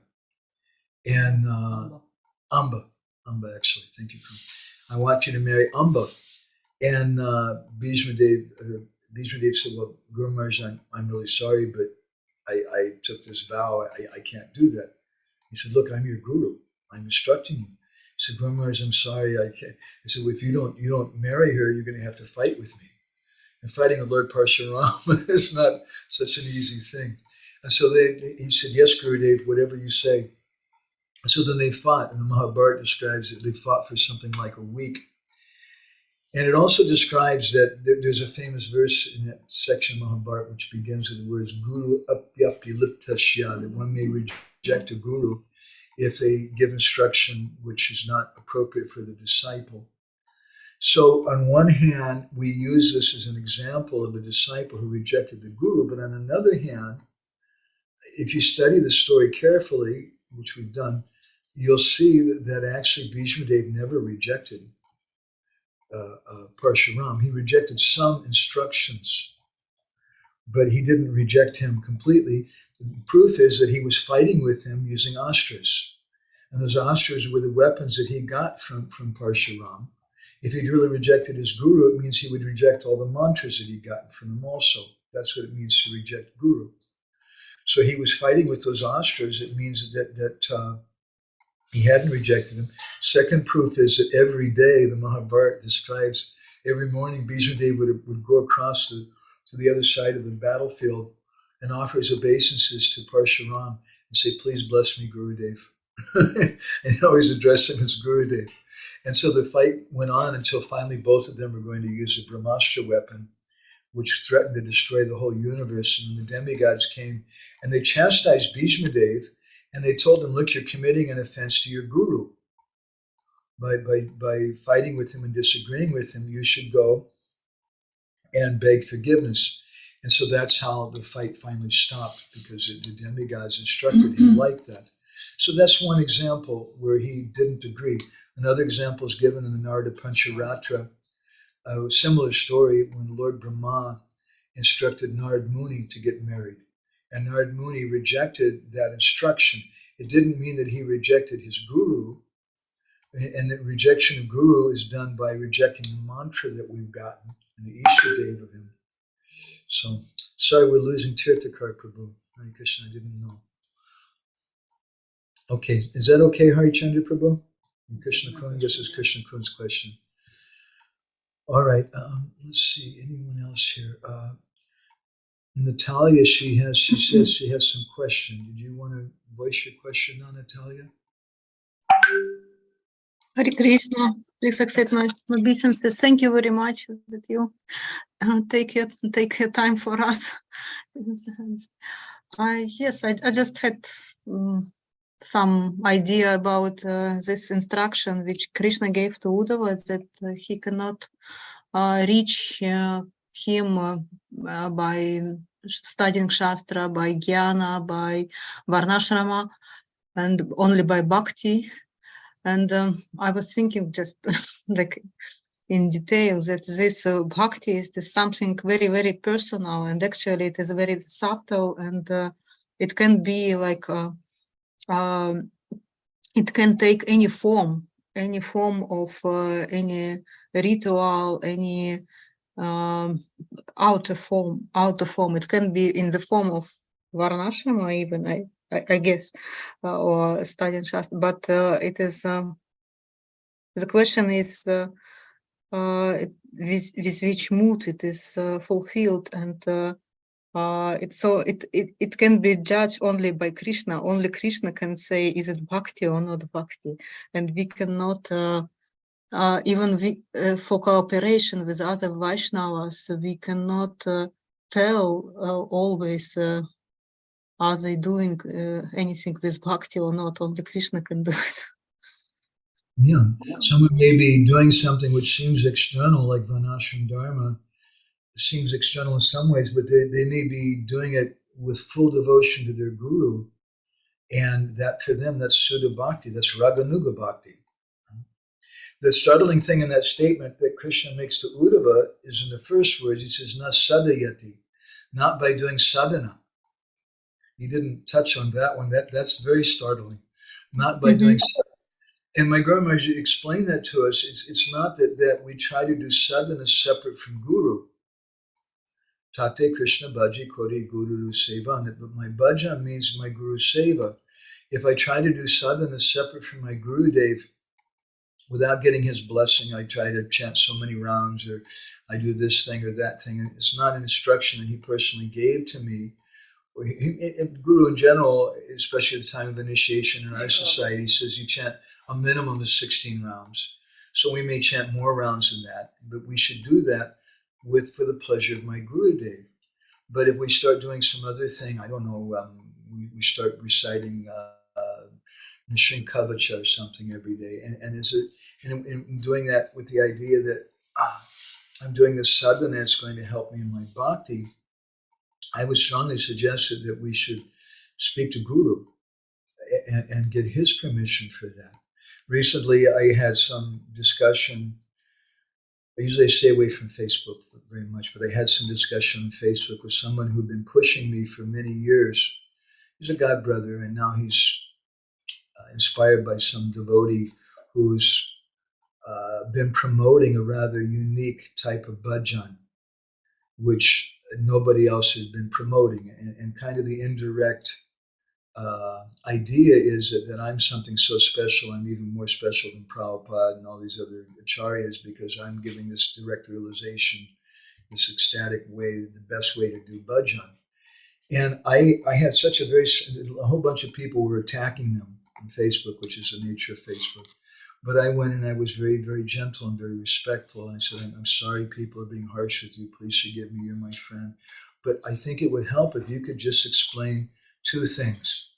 Number one, what sadhu guru gave this system of bhajan to this sadhu that you're following? And number two, is there any prominent acharya, recent acharya, recent sadhu, who's given his ashirvad, his blessing to this type of sadhana? And he wouldn't answer. And he would just paste in all this nonsense about how this is such a great bhajan pranali. And I wouldn't give up. I was like a pit bull dog. I just, very respectfully and very gently, I just kept asking. I said, please answer my question. If you don't answer, if you can't answer, that's also an answer, which was finally the answer. They had no answer. And I'm reminded by the story that we told some of you sometimes from the appendix of Narottam Vilas about the life of Narahari Chakravarti Thakur and how he had this ecstatic vision and he came to Lord Nityananda, and Nityananda Prabhu gave him to Mahaprabhu, gave him to Gadadhar, gave him to Srivas, gave him to Sanatana Goswami, gave him to Rupa Goswami, and they passed him all the way down to the devotees, and finally they gave him to his own guru, Nrsimha Chakravarti. And then Nrsimha Chakravarti took him by the hand and brought him back to Nityananda. And then Nityananda Prabhu said, now I'm really pleased. I'm not pleased by anyone who tries to approach me on their own. So this is when we say, na sadhyati mam yogo, not by doing sadhana. This is the purport. You can't approach Krishna unless we do it through the devotee. And if we do sadhana, it becomes confusing. Wait a minute, my Gurudev told me to do sadhana. And now you're saying, Krishna's saying, na sadhyati mam yogo, na samkhya dharma, that you can't get me by doing sadhana. It's not the sadhana that gives us the strength. It's pleasing our Guru, which gives us the strength. And we please him, or her, controversial to say, by doing Nam Bhajan. So I hope that, is that helpful, Natalia? Yes, thank you very much. It like another vision, like adding more to it. Thank you very much. It is just, yes, thank you. It was useful, very useful for me, especially. Yes. These are very subtle topics, and as a new movement with devotees who haven't practiced bhakti for so many, now we have some devotees who practice. The senior most devotees in our movement maybe have practiced for 40 or 50 years or something, maybe 50 years. That's like a baby movement. Most of the devotees don't know anything. And these kind of subtle discussions are needed. Like Brinda Sundari is commenting here, it's such an important point regarding what it means to disagree and still be in alignment with the Guru. And so many people, we think that that's just not possible. And whatever Gurudev says, that's just it. I have to accept it. But no. There's nothing wrong with disagreeing with my guru, especially if it's about one of these points that he did. What's that? Tatkalika. Thank you, Krishna. Tatkalika, or these occasional comments that he makes, which are not absolute, like getting married or not getting married. That's not an absolute comment, instruction. Although that also depends between the relationship of the guru and the disciple. Privately, I can say I had some comments like that from my Guru Maharaj, and he said, no, you have to accept this. And I'm happy. Okay, I don't know, did Radha Jivan Gopal Prabhu, I'm a little dull today. Did you say anything? Do you want to share anything? Are you there? No, I didn't. I haven't said anything yet, Prabhu. Okay. My connection's okay? Yeah, you look good. You're there, Govardhan, still? Right now I'm in Radhakunds with some god brothers. There's an ashram here. Wow, that's wonderful. It's so Yeah. Just before Before they took me from my operation, Krishna Kun just dumped a whole bunch of Radha Kun water on my head. Yeah. Go ahead, Prabhu. My question is, in regards to the importance of being chaste to one's guru, because here in Radhakund, not often, but sometimes we see ISKCON devotees change their faith and they take shelter of Mother Guru, whether it's Babaji or Nityananda Parivar, and then also maybe you have some experience with maybe some of your god brothers after Gogavinda Swami left this world. Maybe they went and took shelter of some guru outside of ISKCON or retook initiation or anything like this. So I'm wondering what your thoughts are on the importance of chastity towards your guru and it's a controversial subject. Some people may become disturbed by what I'm going to say, and I respect that different devotees will say different things. I'm just going to repeat what I've heard from my Guru Maharaj. And also, I don't remember the shloka, but what Prema-bhakti-candrika says, and also what I've heard from different sadhus, including sadhus at Radhakund, that my Guru Maharaj said that if you give up your guru to go to another guru, even though the second guru may be more advanced, you'll simply get nothing. And the Brahma-Vivarta-Purana describes that such a person who's given up their guru, even the dogs and the jackals won't eat their body. They become such a very, very sinful person. And although it may appear that they've gotten some great information, some knowledge or something, I've seen in such persons, they don't have the quality of gentleness and humility, which is so important in bhakti, that they become very harsh. Fakir Mohan Prabhu, who had studied Gaudiya Vaishnavism formally his whole life as a professor in the university, and who'd been raised in a Gaudiya Vaishnava family and lived in Jagannath Puri and in Mayapur and in Vrindavan, and did his thesis, one of his theses is on different types of bhajan pranalis of different Vaishnavas. And he himself had Siddha Pranali. Just to mention that, he got from Kanupriya Goswami, who's in a Goswami line, and they have Siddha Pranali there. But when we asked him something about that, should someone take Siddha Pranali, he said that if you take a different bhajan pranali than your Gurudev, than what your Guru has given you, it means you're giving up your Guru. That's a great offense to your Guru. So he's someone who had Siddha Pranali, and I went with him to Radhakund. I traveled with him many places in Vrindavan, visiting different Babajis and sadhus and Gaudiya Math devotees in Vrindavan and also Mayapur and Jagannath Puri. He was greatly respected as a great scholar and sadhu. And that was his particular comment. And I could repeat a similar thing from a number of other different sadhus that I've met also. It's not that this other person's gotten Siddha Pranali and that's really cool. It's like, like one child has a toy that they got for Christmas, and then they like the toy that the other child has better. So I want to give up my toy and get this other toy. Our bhajan is not a toy, but it's our connection with our Gurudev. And we should make those kind of decisions before we approach our Gurudev. We know what bhajan pranali our Gurudev will give us generally in pretty much any line before you approach him.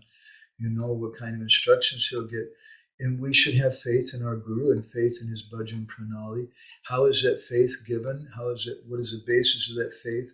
Well, the basis of that faith is in Shastra, but Shastra can become confusing also because everybody's quoting Shastra and everybody's saying that their bhajan pranali is the best.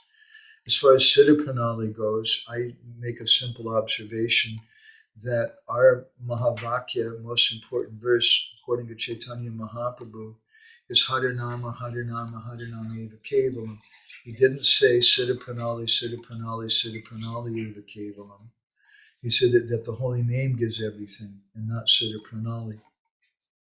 So we should have that faith in our Gurudev, but we should also respect all Vaishnavas, anyone who's chanting Hare Krishna, and we can ask for their ashirvad, their blessings.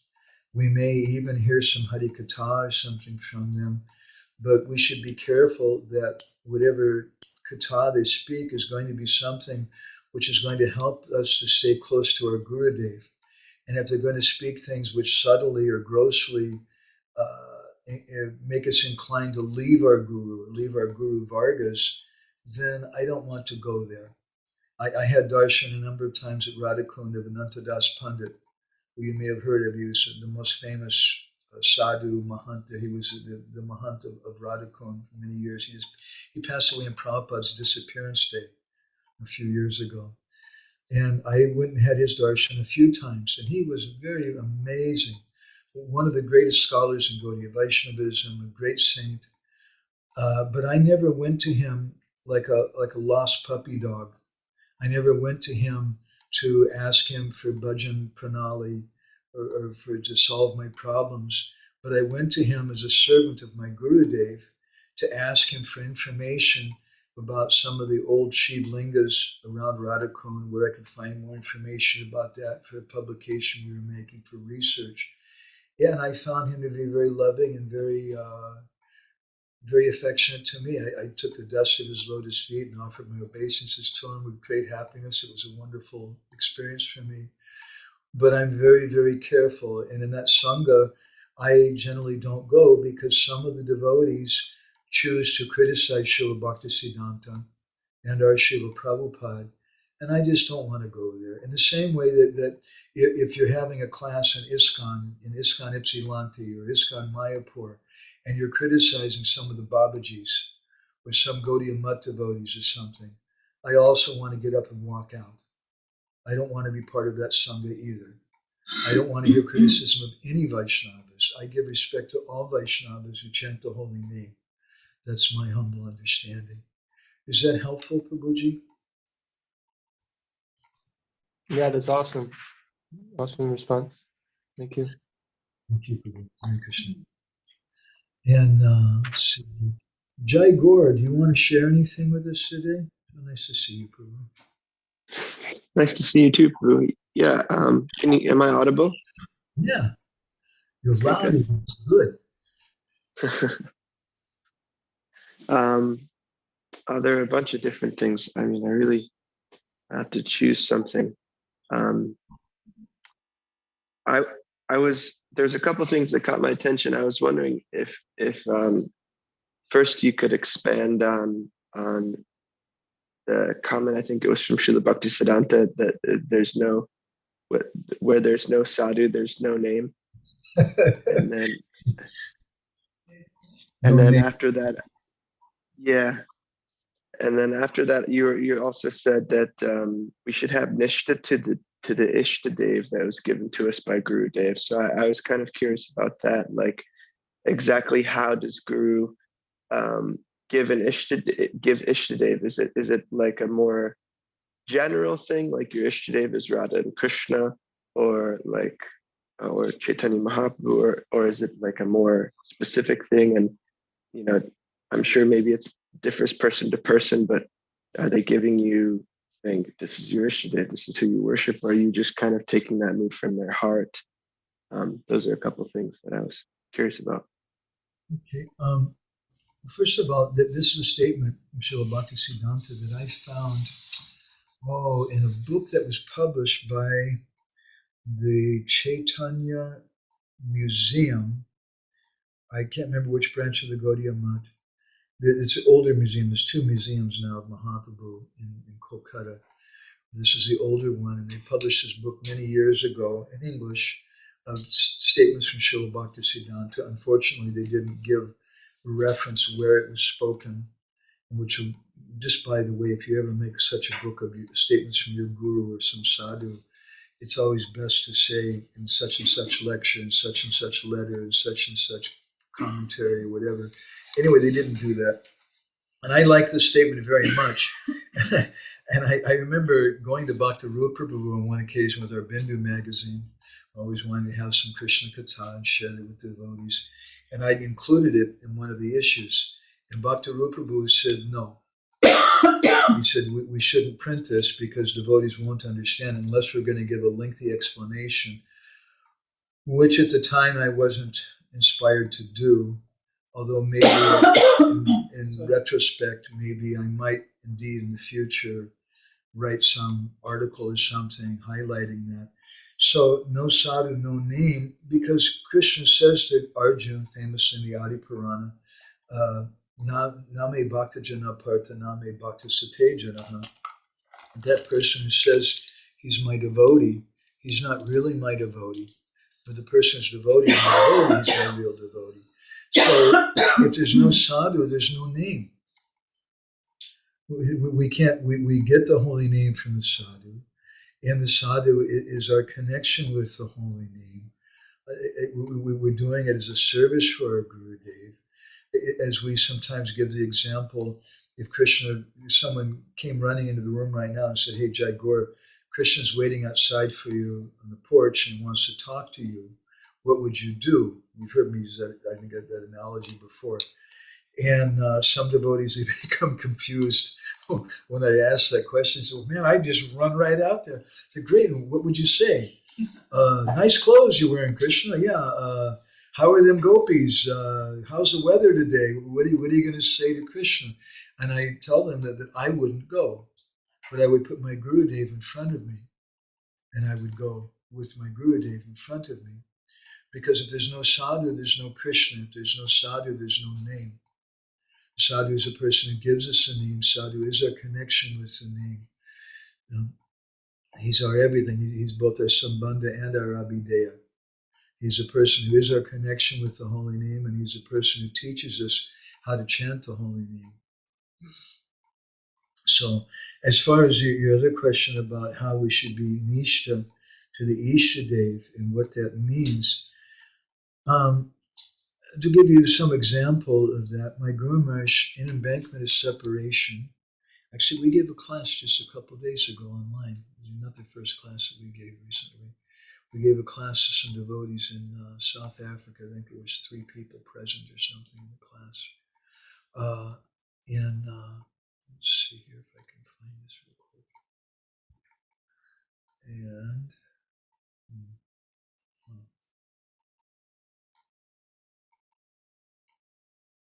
there it is.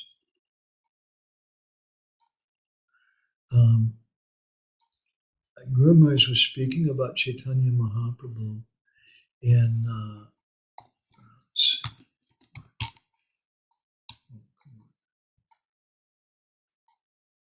Oh, it's not that. It's the previous chapter. I want to read you something very startling he said, I think.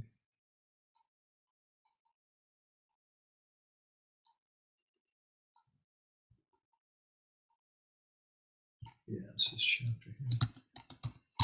In chapter 7 in the Banquet of Separation, he says that Krishna is manifest in 3 tattvas, and therefore he's crooked in 3 places. And you're going to be wondering why I'm saying this thing, but it's answer to your question. Presiding deity of Sambandha is Radha Madan Mohan, presiding deity of Abhideya is Radha Govinda, and the presiding deity of Prayojan Tattva is Radha Gopinath. So Mahaprabhu, he said then, is a combination of Radha Madan Mohan, Radha Govinda, and Radha Gopinath. And he says that the purport is that those who are fortunate have received the sweet honey emanating from the lotus feet of Gaurahari, the combined form of Radha Madan Mohan. So now I take this to mean something about the Ishtadev. That if someone's very fortunate and they've gotten the honey emanating from the lotus feet of Chaitanya Mahaprabhu, who Mahaprabhu is, in that sense, he's a combined form of Radha Madan Mohan. That because Krishna's been in 3 places, Guru Maharaj further explained. The first bend is at his feet, that's Radha Madan Mohan. The second bend is the left side of his mouth, that's Govindaji. And the third bend is his heart. So the lotus feet are the thing which attracts us. The side of his mouth, that's where Krishna speaks the Gita. Govinda Dev is the speaker of Bhagavad Gita. And the third crooked place of Krishna is in his heart. So he says that means Sambandha Tattva is at the feet, Abhideya is at the mouth, and Prayojana Tattva is in the heart. So he says, the purport is that those who are fortunate have received the sweet honey emanating from the lotus feet of Gaura Hari, the combined form of Radha, Madhu, and Mohan. Those who are more fortunate get that sweet honey emanating from the lotus mouth, Abhideya Tattva of Gaura Hari, the combined form of Radha Govind. And those who are the most fortunate have received that sweet honey emanating from the lotus heart of Gaura Hari, the combined form of Radha Gopinath. So that's a very astonishing thing. A little bit of a lengthy reply to your question. Simple answer to your question is that according to our nature, Gurudev will reveal who our particular Ishtadev is. And the devotee will feel a particular attraction for a form of Krishna, whether it's Radha Mohan, Radha Govinda, Radha Gopinath, or Krishna in the battle of Kurukshetra, or Lord Narayan in Vaikuntha, or Lord Ramachandra, or whatever. That will naturally arise in our heart by serving Gurudev in a very humble, simple way. Is that helpful, Prabhu? That's very helpful, Prabhu. So it's not that it's like something that's like verbally expressed, but Guru gives in the heart. It might be. It might be. But in the same way, that sometimes devotees, they say that, well, you have to have Siddha Pranali. Well, if you have to have Siddha Pranali, Gurudev may inspire you that way in your heart. And there's some verses in the Bhagavatam and many statements from Bhaktivinoda Thakur indicating like that. Another example of a great, very important, I'm being sarcastic, controversy in our society is devotees say, well, where is the letter that someone got from Prabhupada telling him to be Guru? Well, where is the letter that Srila Prabhupada got from Srila Bhaktisiddhanta telling him to be Guru? And some devotees, they say that we should have some permission, we should have some instruction from Guru before we accept disciples. I also agree with that. But I don't agree that instruction only can come through the post, or can only come through an email, can only come this way or that way. That instruction may come through the heart. It may come through any number of different ways. And who's going to be the judge of it? Well, only you and Guru can be the judge of that.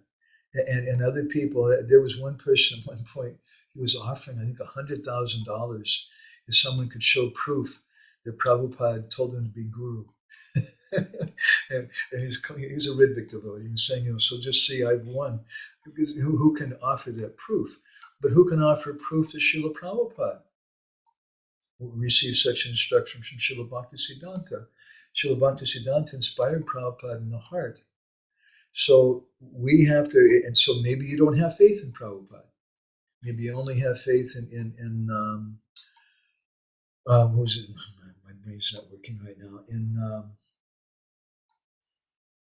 Bhakti Prasad Puri Maharaj, a disciple of Srila Bhaktisiddhanta, who Srila Bhaktisiddhanta wrote a letter saying that he should be the Guru after he left. And we don't hear that very often in ISKCON. Generally, we hear Srila Prabhupada's comments that Bhaktisiddhanta didn't do that, and he just wanted to go to Yamat. But there's a letter where Srila Bhaktisiddhanta said like that, and it was signed by practically all the members of the Gaudiya Math. So someone may not have faith in our Prabhupada and only have faith in this devotee because that letter's there. And I personally know some people like that, actually, in Orissa. That's okay, that's their choice. But faith is not something where you can delegate or legislate. Faith is something which is individual and from the heart. And so we have faith in Prabhupada. I have faith in our line. I was going to mention to Radhajiv and Gopal Prabhu, I have faith in our line, not just because I can prove this or that, but because I have faith that my Gurudev is a Siddha Mahatma, that he achieved perfection. I have faith that my Param Gurudev, Srila Prabhupada, is a Siddha Mahatma. I have faith that Srila Bhaktisiddhanta is a Siddha Mahatma. Now, can I prove that to you? Of course not. And so you may not have faith in it, so then you go somewhere else. That's up to you. But I've come here because of my particular faith. So I don't know if that helps. Brings a little more now. That's great, Prabhu. Thank you so much. I'm kind of running out of steam a little bit here. Anybody else from here in the room want to share anything? Yeah. Krishna You Prabhu? just see the devotion that your Gurudev has, and Speak loudly. you said something about how you see the devotion that Gurudev has, and you will receive the same type of bhakti that he has.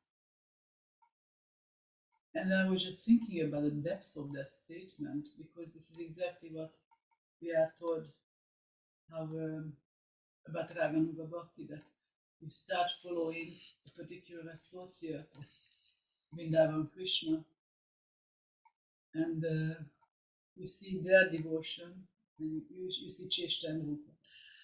Yeah, it's a deep statement too, in the sense that it means that we can't see with our eyes. Yeah. We have to see with our heart. If I see with my eyes, I'll think, oh, Gurudev likes popcorn. So popcorn's the most important thing in the world. I'm going to have popcorn every day. I'm going to do that. Or we're going to see maybe that Srila Bhaktisiddhanta didn't take mangoes because he considered himself in it. And so I reject mangoes. We'll see something external like that. But we're depending then on our own material senses. We have to depend on Krishna and Guru to give us revelation, what that is, ultimately. That's hard to see them. Yeah. I also really like this statement. You made it before. Can devotees hear her okay? Jaguar, can you hear her? Yeah. Could be better. if Can I turn this camera? If I turn this, it'll turn the mic also. The other point that you made before, but I really like it, is how collecting firewood means that the disciple is just helping Guru in his service. And in this case, it can mean that you bring karitas, like you help in the Sankirtan Yagya, and this is what Mahaprabhu's bhajan is. You bring your computer. You bring your computer, you bring your karitas. Yeah, that's I like that point. I also appreciated the point about how, because Gurudev's life and soul is Krishna, therefore Vede Gaya Jahara. So it's because Krishna is the active principle, and what we appreciate even in Gurudev, that he's giving Krishna. And that's the same point that Srila Bhaktisiddhanta said. He said the only reason we worship Krishna is because Radharani loves him. So in the same way, we want to be very ekantik to our Sakhi Manjaris that we see our Gurudev as, and we worship Krishna because they appreciate him. We want to please them. Let's see, I want to ask Leela Purushottam, but Brenda Sundar just wrote something also. She says, it seems like when we understand the nature of and movements of faith in Sri Guru, we can be liberal-minded and not try to control others and who they take shelter of. We can allow and accept the oaths they take for their ultimate and gradual development. That's a beautiful comment. It's also controversial too. Many devotees want to protect our institution, our society, and Srila Prabhupada himself, he discouraged devotees from hearing from his godbrothers and from going outside. He didn't say paths, not oaths. I'm going to mention both. Except the paths they take for the ultimate and gradual development. But sometimes they make us take an oath that I'm only going to accept an ISKCON guru. And I don't think that that's necessarily strong for our society. My friend Mukunda Datta Prabhu, who's a head pujari in Vrindavan for the last few decades, is a very staunch devotee, staunch follower of Prabhupada, member of the temple. He's initiated in the Gaudiya Math, first and second. And I know of other devotees in a similar way in Ukraine who are also initiated in the Gaudiya Math. And they're team members. The most important thing is that we're team members and that we're not going to criticize. On the other hand, I saw one of my godbrothers and godsisters after Guru Maharaj left, they started going, and hearing from another sadhu, and they became very enthusiastic about him. And I privately told them, I said, I don't think there's any harm. You have some inspiration in this new Maharaj. I said, but you're members of the temple, you're going to the university and preaching and doing things. And if you go to the temple and you start sharing your enthusiasm, the devotees won't understand it. Better Gopayat Guru Matmana, as Satvata Tantra and Hari Bhakti Vilas recommends, better you hide your guru.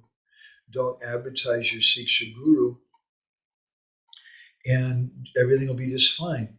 But they couldn't do that. And they were kind of pushing even that some of the ISKCON gurus are not bona fide and you should come to this other Maharaj. And the final result, you can imagine, was they got kicked out and just didn't work. And I was disappointed because they had so much they could offer to the temple there in terms of preaching. And I told them also, I said, if you can stay and just control yourself, then you'll be the best representative of your Siksha guru, and people will respect him. But if you just come in like a gangbuster and want to smash everybody, then nobody's going to appreciate it. But they couldn't control their enthusiasm. Brenda Sundari goes on, I really like this point that the most important aspect of the team players. And that point is not just an ISKCON rah-rah point, but it's in Prema Vilas by Nityananda Das also, that when you come to Guru, one of the principal things is that you have to show how you love the other Vaishnavas. That's how you appreciate your Guru. And there's similar statements also in Hari Bhakti Vilas and in a few other shastras that we collected too, that showing devotion to our Guru means that we show respect to all the Vaishnavas. Otherwise, it just becomes a cult. And this understanding is there for a long time. We're not the first society has had problems with guru groupies and cult members. That's been there for a long, long time. So to diffuse that, Shastra tells us that Guru, points out that Guru is pleased when we love the other Vaishnavas, when we show cooperation with him, when we're team players. So it's not just a fanatical ISKCON institution point, but it's something actually with bhakti. Okay, we've gone for a long time, and I'm about ready I'm going to go lay down really quick. Lila Purushottam, do you want to share anything else? So good to see you, my friend. Hi, Krishna. Yeah, I also had quite a few points written down, like during the kata. But one thing I really got stuck on, and I'm sorry, it's just another controversy today. I'm thinking like this purport from Vishwanath Chakravarti to the Bhagavatam 7:15-26. It's so strong and resonant. And on one hand, it very well could work being so inspiring actually. But I'm thinking about the practical application for the regular ISKCON devotee with being exposed with our many times unglorious history and many gurus falling down. Is there any chance for him to, for a devotee to really put all the faith as it is expressed by Vishwanath Chakravarti Thakur in that resolute way into a person still while seeing those unfortunate things happening around him?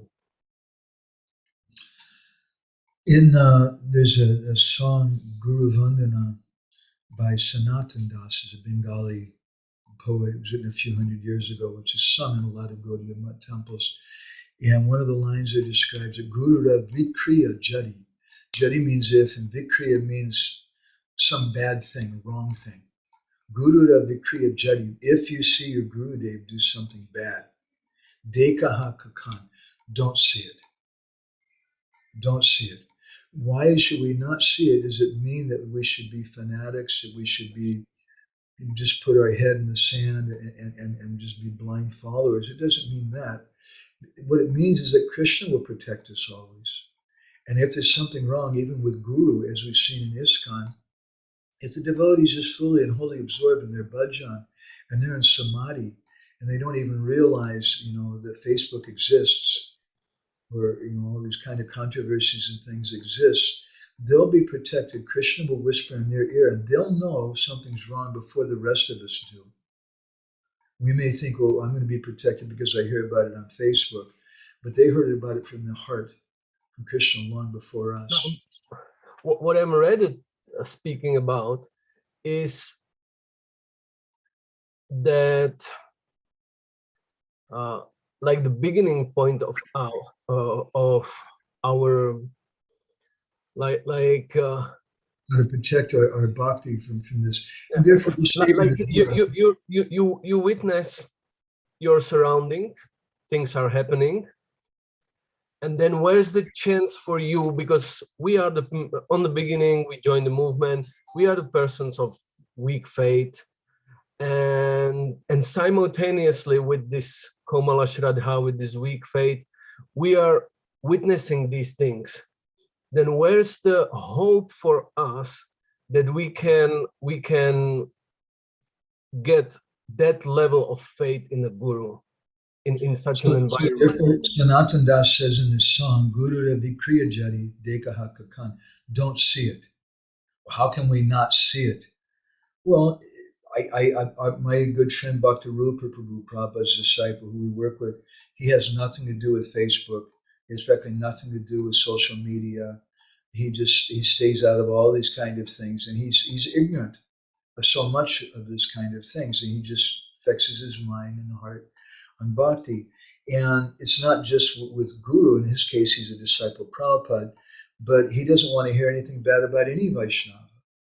Because if I hear bad things about you, then I'll think, well, I don't want to go to Czech again and hang out with that Lila Purushottam. Everybody's saying bad things about him, this or that or the other. So two things are there to avoid that. One thing is that samadhi, that we just fix our mind and vyavahisyatmika buddhi ekihar kurunandan, and we're just so one-pointed. We have blinders on like a horse, and we just don't see any of those other things like that. The second thing, there's a verse in the Hari Bhakti Vilas, I'm trying to remember. Avidyova savidyova guru eva janardana margosto vyapya margosto guru eva janardana. That guru eva paramgati. That whether my Gurudev knows or doesn't know. I remember speaking this verse to my friend.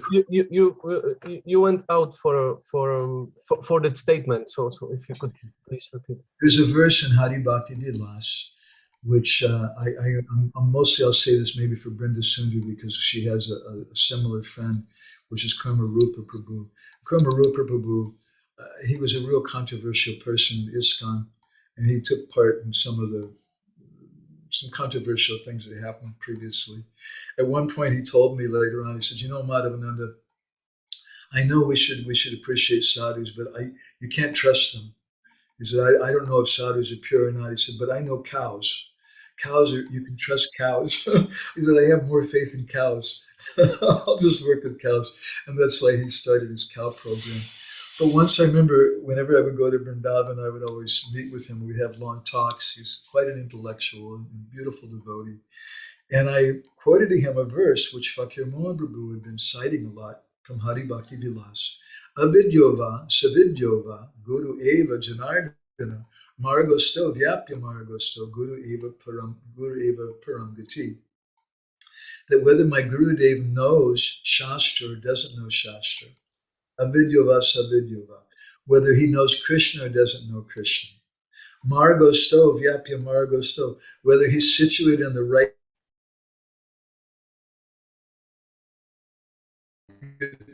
My Gurudev is my everything.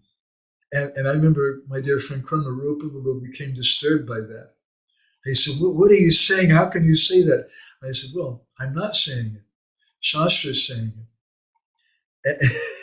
And I had to discuss it with him before he could kind of understand something about it. That it's not that we want the gurus. The verse is not speaking about guru lakshana or the qualities of guru. The verse is speaking about sishya abhiman, about the attitude of a disciple, and how fixed I am in my Gurudev. And whether someone comes and tells me, oh, your Gurudev doesn't know Siddha Pranali, or your Gurudev doesn't know Sanskrit, your Gurudev doesn't know Shastra, he can't pronounce Shastra, this and that, he's avidya. Whether he's avidya or whether he's savidya, even whether he's situated in the proper path or not, how can you say that? My God. Guru eva paramgati is my everything. How can I say that? Because my Gurudev is Krishna Datta. He's a person who's given me Krishna. He's my Sambandha Datta. He's given me mantra. And I have faith in that mantra that Gurudev has given me. And I keep my head down and keep close to that. And if Gurudev, something happens with Gurudev, if somebody says something harsh about Gurudev, and honestly, in direct answer to your question,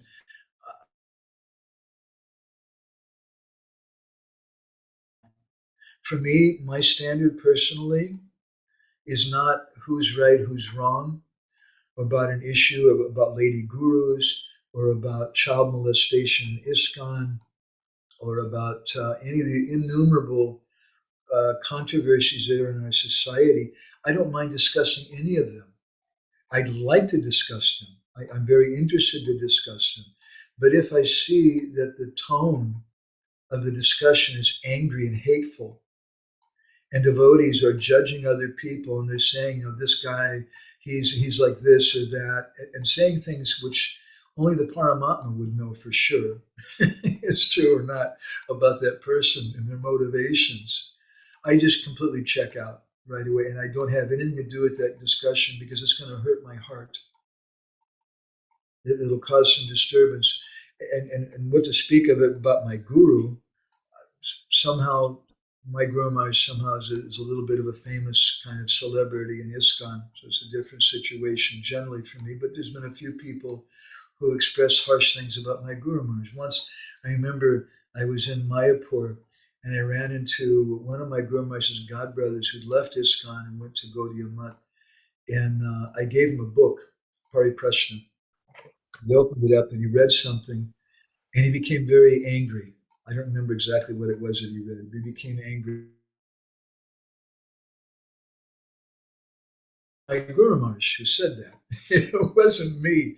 And I was just standing there kind of stunned for a moment. And he's criticizing my Guru Maharaj directly. And I just kind of stuttered from what I said, Maharaj, I'm really sorry, but please forgive me. I have to go. There's somewhere I have to be right now. I forgot about it. And I just ran, literally. I ran away from him and looked back and seeing the look on his face. I could see that he realized he'd committed some offense, that he'd done something wrong. In a similar way, on the other side of the coin, it doesn't mean that you have to have faith in all the gurus. That's ridiculous. But you should be careful when we speak about some controversial topic. Well, first of all, I would suggest it is foolish if anyone adopts a controversial topic like it belongs to them, like it's part of them. A lady Diksha Gurus, this is part of my thing. No, it's not true. Krishna never spoke that. I didn't hear an Akashvani, a voice from the sky, Madhavananda, this is your thing to do. I don't have it. It does not belong to me. And if I die today, my humble, stupid opinions about that subject are not going to make any difference. The controversy will still go on. I should live in reality and understand that, and not bind myself so closely to any of the particular subject matters. When we bound ourselves, this subject is me, then it looks bad. And similarly, when we speak to someone about it, we should be careful not to criticize their guru. We can hate the sin and not the sinner. We can speak about managerial things. We can speak about philosophy and this and that. But I never ever want to disturb the faith of someone in their guru. Unless, and my Guru Maharaj once told us, he said, unless you know for sure there's something wrong with that person, with their guru, and you're close with that disciple. I'll give you an extreme example of this, and I'm going to break my policy and say something bad about someone. Please forgive me. Kirtanananda Prabhu, who was very dear to Srila Prabhupada, I met one of his bodyguards when I was doing book distribution in Berkeley Temple. And the bodyguard was an eyewitness to so many things. And he told me all the worst things you ever heard, it was much worse than that. And I didn't even want to go into it. I mean, just the most terrible, terrible, terrible things you can imagine had gone on. So I knew about that.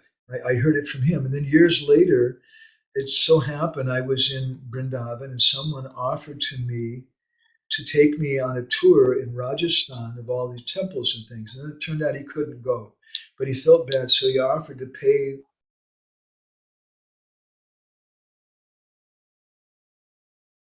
He invited some other devotee to go. So this other devotee and I, we spent a week traveling around Rajasthan and visiting all these different temples, and I was doing some research. That devotee was a disciple of Kirtanananda, and he had strong faith in him. Even though Kirtanananda had been in prison by then and done so many things. And I feel happy with myself. In that 1 week, I never said anything bad about his guru. And instead, I said whatever things I could, appreciative things about Kirtanananda, how personal he was and how he cared for the devotees and how he used to drive his Jeep around on the property and pick devotees up and give them rides. And he was so caring and this and that. And I couldn't say anything more because he was a complete fanatic, but we got along, and I didn't break my principle. So, is that helpful, Leela? Well, it's a great test. It's a very difficult thing. What are you going to do? We have to decide if we wanted to go to a certain guru, then we should be careful. Therefore it says Gopayat Guru Matmana. Don't advertise your guru. And even, my Guru Maharaj said is like a famous folk hero or whatever, but I don't advertise so much my guru on Facebook. I post some links of things from him. And I very rarely post pictures of myself with him, because that's just not where it's at. He's my personal connection, and some people don't appreciate it. And when somebody on Facebook starts saying something, then that's it for me. I block them. I'm not going to hear any criticism of my Guru Maharaj. I can't go there. I'll look at my watch and say, Maharaj, I'm sorry, I got to go. I forgot. I'll get away from that as quick as I can. And so it's a test. But the general principle is Guru Vikriya Jari Dekaha Kakan. Don't see it. Don't see anything from your guru, any bad thing. Yeah, the whole thing actually brings me to another thought, which is that probably the safest solution for us is if I'm thinking about it, because I'm still trying to figure out what would be the solution for devotee, because maybe I didn't accept in the heart really this advice that you don't see it, because in a way it's not matter of my choice. It's just I lost you for a minute, Prabhu. You can't accept this thing. That maybe I was not able to accept in the heart this this instruction that you just don't see it, what's going on, like you quoted that statement, because it's just in the same way as you, it's just your sensual perception. You hear something and then your mind, your intelligence act upon it. So this happens. You can't really avoid it until you're So anyway, to come to the point, what comes to my mind, what would be actually the most effective solution would be that if we don't accept the our relationship with our spiritual master to be just some formality, some like, but if contrary to that, if the relationship is like 100% personal, and I'm getting the guidance of the spiritual master, I'm getting the instructions, I'm aware that my spiritual master knows me, is aware of me, is instructing me based on, back and forth interactions, then then it's much easier for me to be absorbed in that specific relationship, and those things around will not have the power to harm that relationship, and I will not, and not even weaken that relationship. Which on the other side, if the relationship is only formal and it's like, like just being disciple of such and such, then I can't really imagine how could there be such a level of faith which is expressed by Vishwanath in that program. Yeah. In general, we shouldn't be shallow. Our faith in our guru should be shastriya shraddha. It should be dhrita shraddha. It should be fixed, and we should have firm, loving faith in them. We should have affection for them too. I have some love and affection for Radhanath Maharaj, to use a specific example, and to say something which I hope Brinda Sundari won't mind. I remember some years ago seeing some criticism, harsh criticism of Radhanath Maharaj online. And I immediately thought, I don't want to hear this. But then I saw, it didn't hurt me.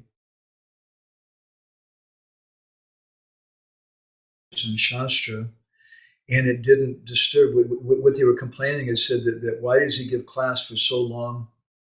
He gives class sometimes for 6 hours. Prabhupada only gave class for 30 minutes or 45 minutes. And why does he tell so many stories? Prabhupada didn't tell so many stories. and it was just absurd for me. And that didn't disturb my heart at all. But in general, still, it's a test for us.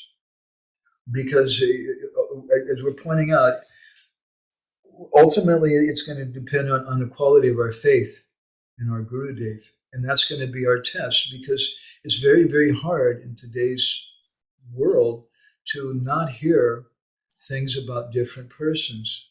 But, I just refuse. Recently, there's been a whole wave of, let me see real quick here. Hridayananda Maharaj called it a circus of misconceptions and false assumptions. Sounds good. Bhavita sent me some link with that. I love the title, A Circus of Misconceptions and False Assumptions. So that's what's going on today. And I don't hate them. I'm not against their campaign. And I'm not out to defend their targets either.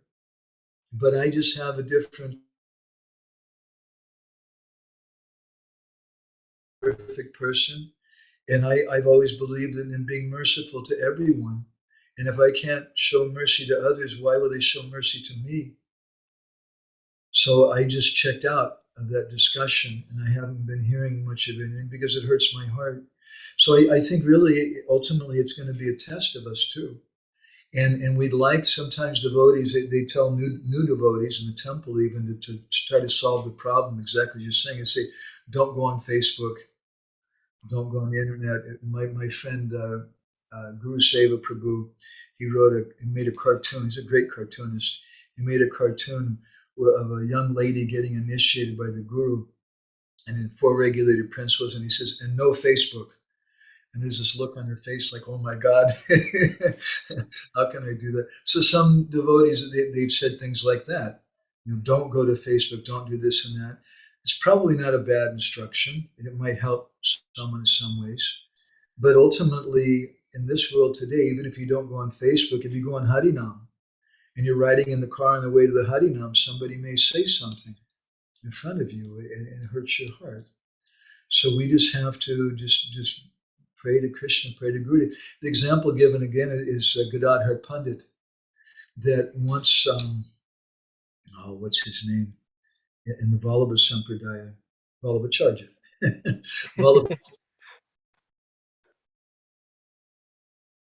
And Gadadhar Pandit knew that Mahaprabhu was not happy with Vallabha and his commentary, so he was avoiding him.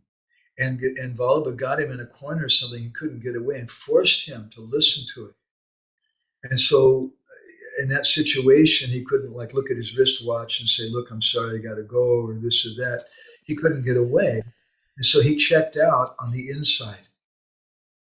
And we should be like that. And again, this doesn't mean that I'm recommending that devotees be blind followers of their guru, because sometimes we've had gurus in our society. I was initiated years ago by a guru who fell down and went away. Doesn't mean we should be blind followers.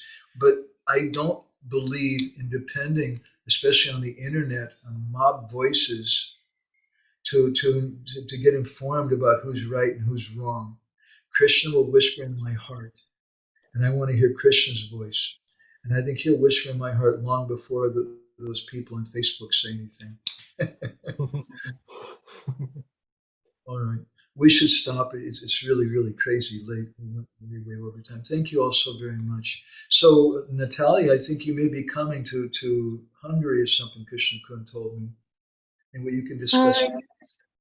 Yes, I bought tickets already. Really? Wow, Yes. that's exciting. We really look forward for that. Okay, we have to make I also wanted to discuss that with you. Could I call you after the meeting here?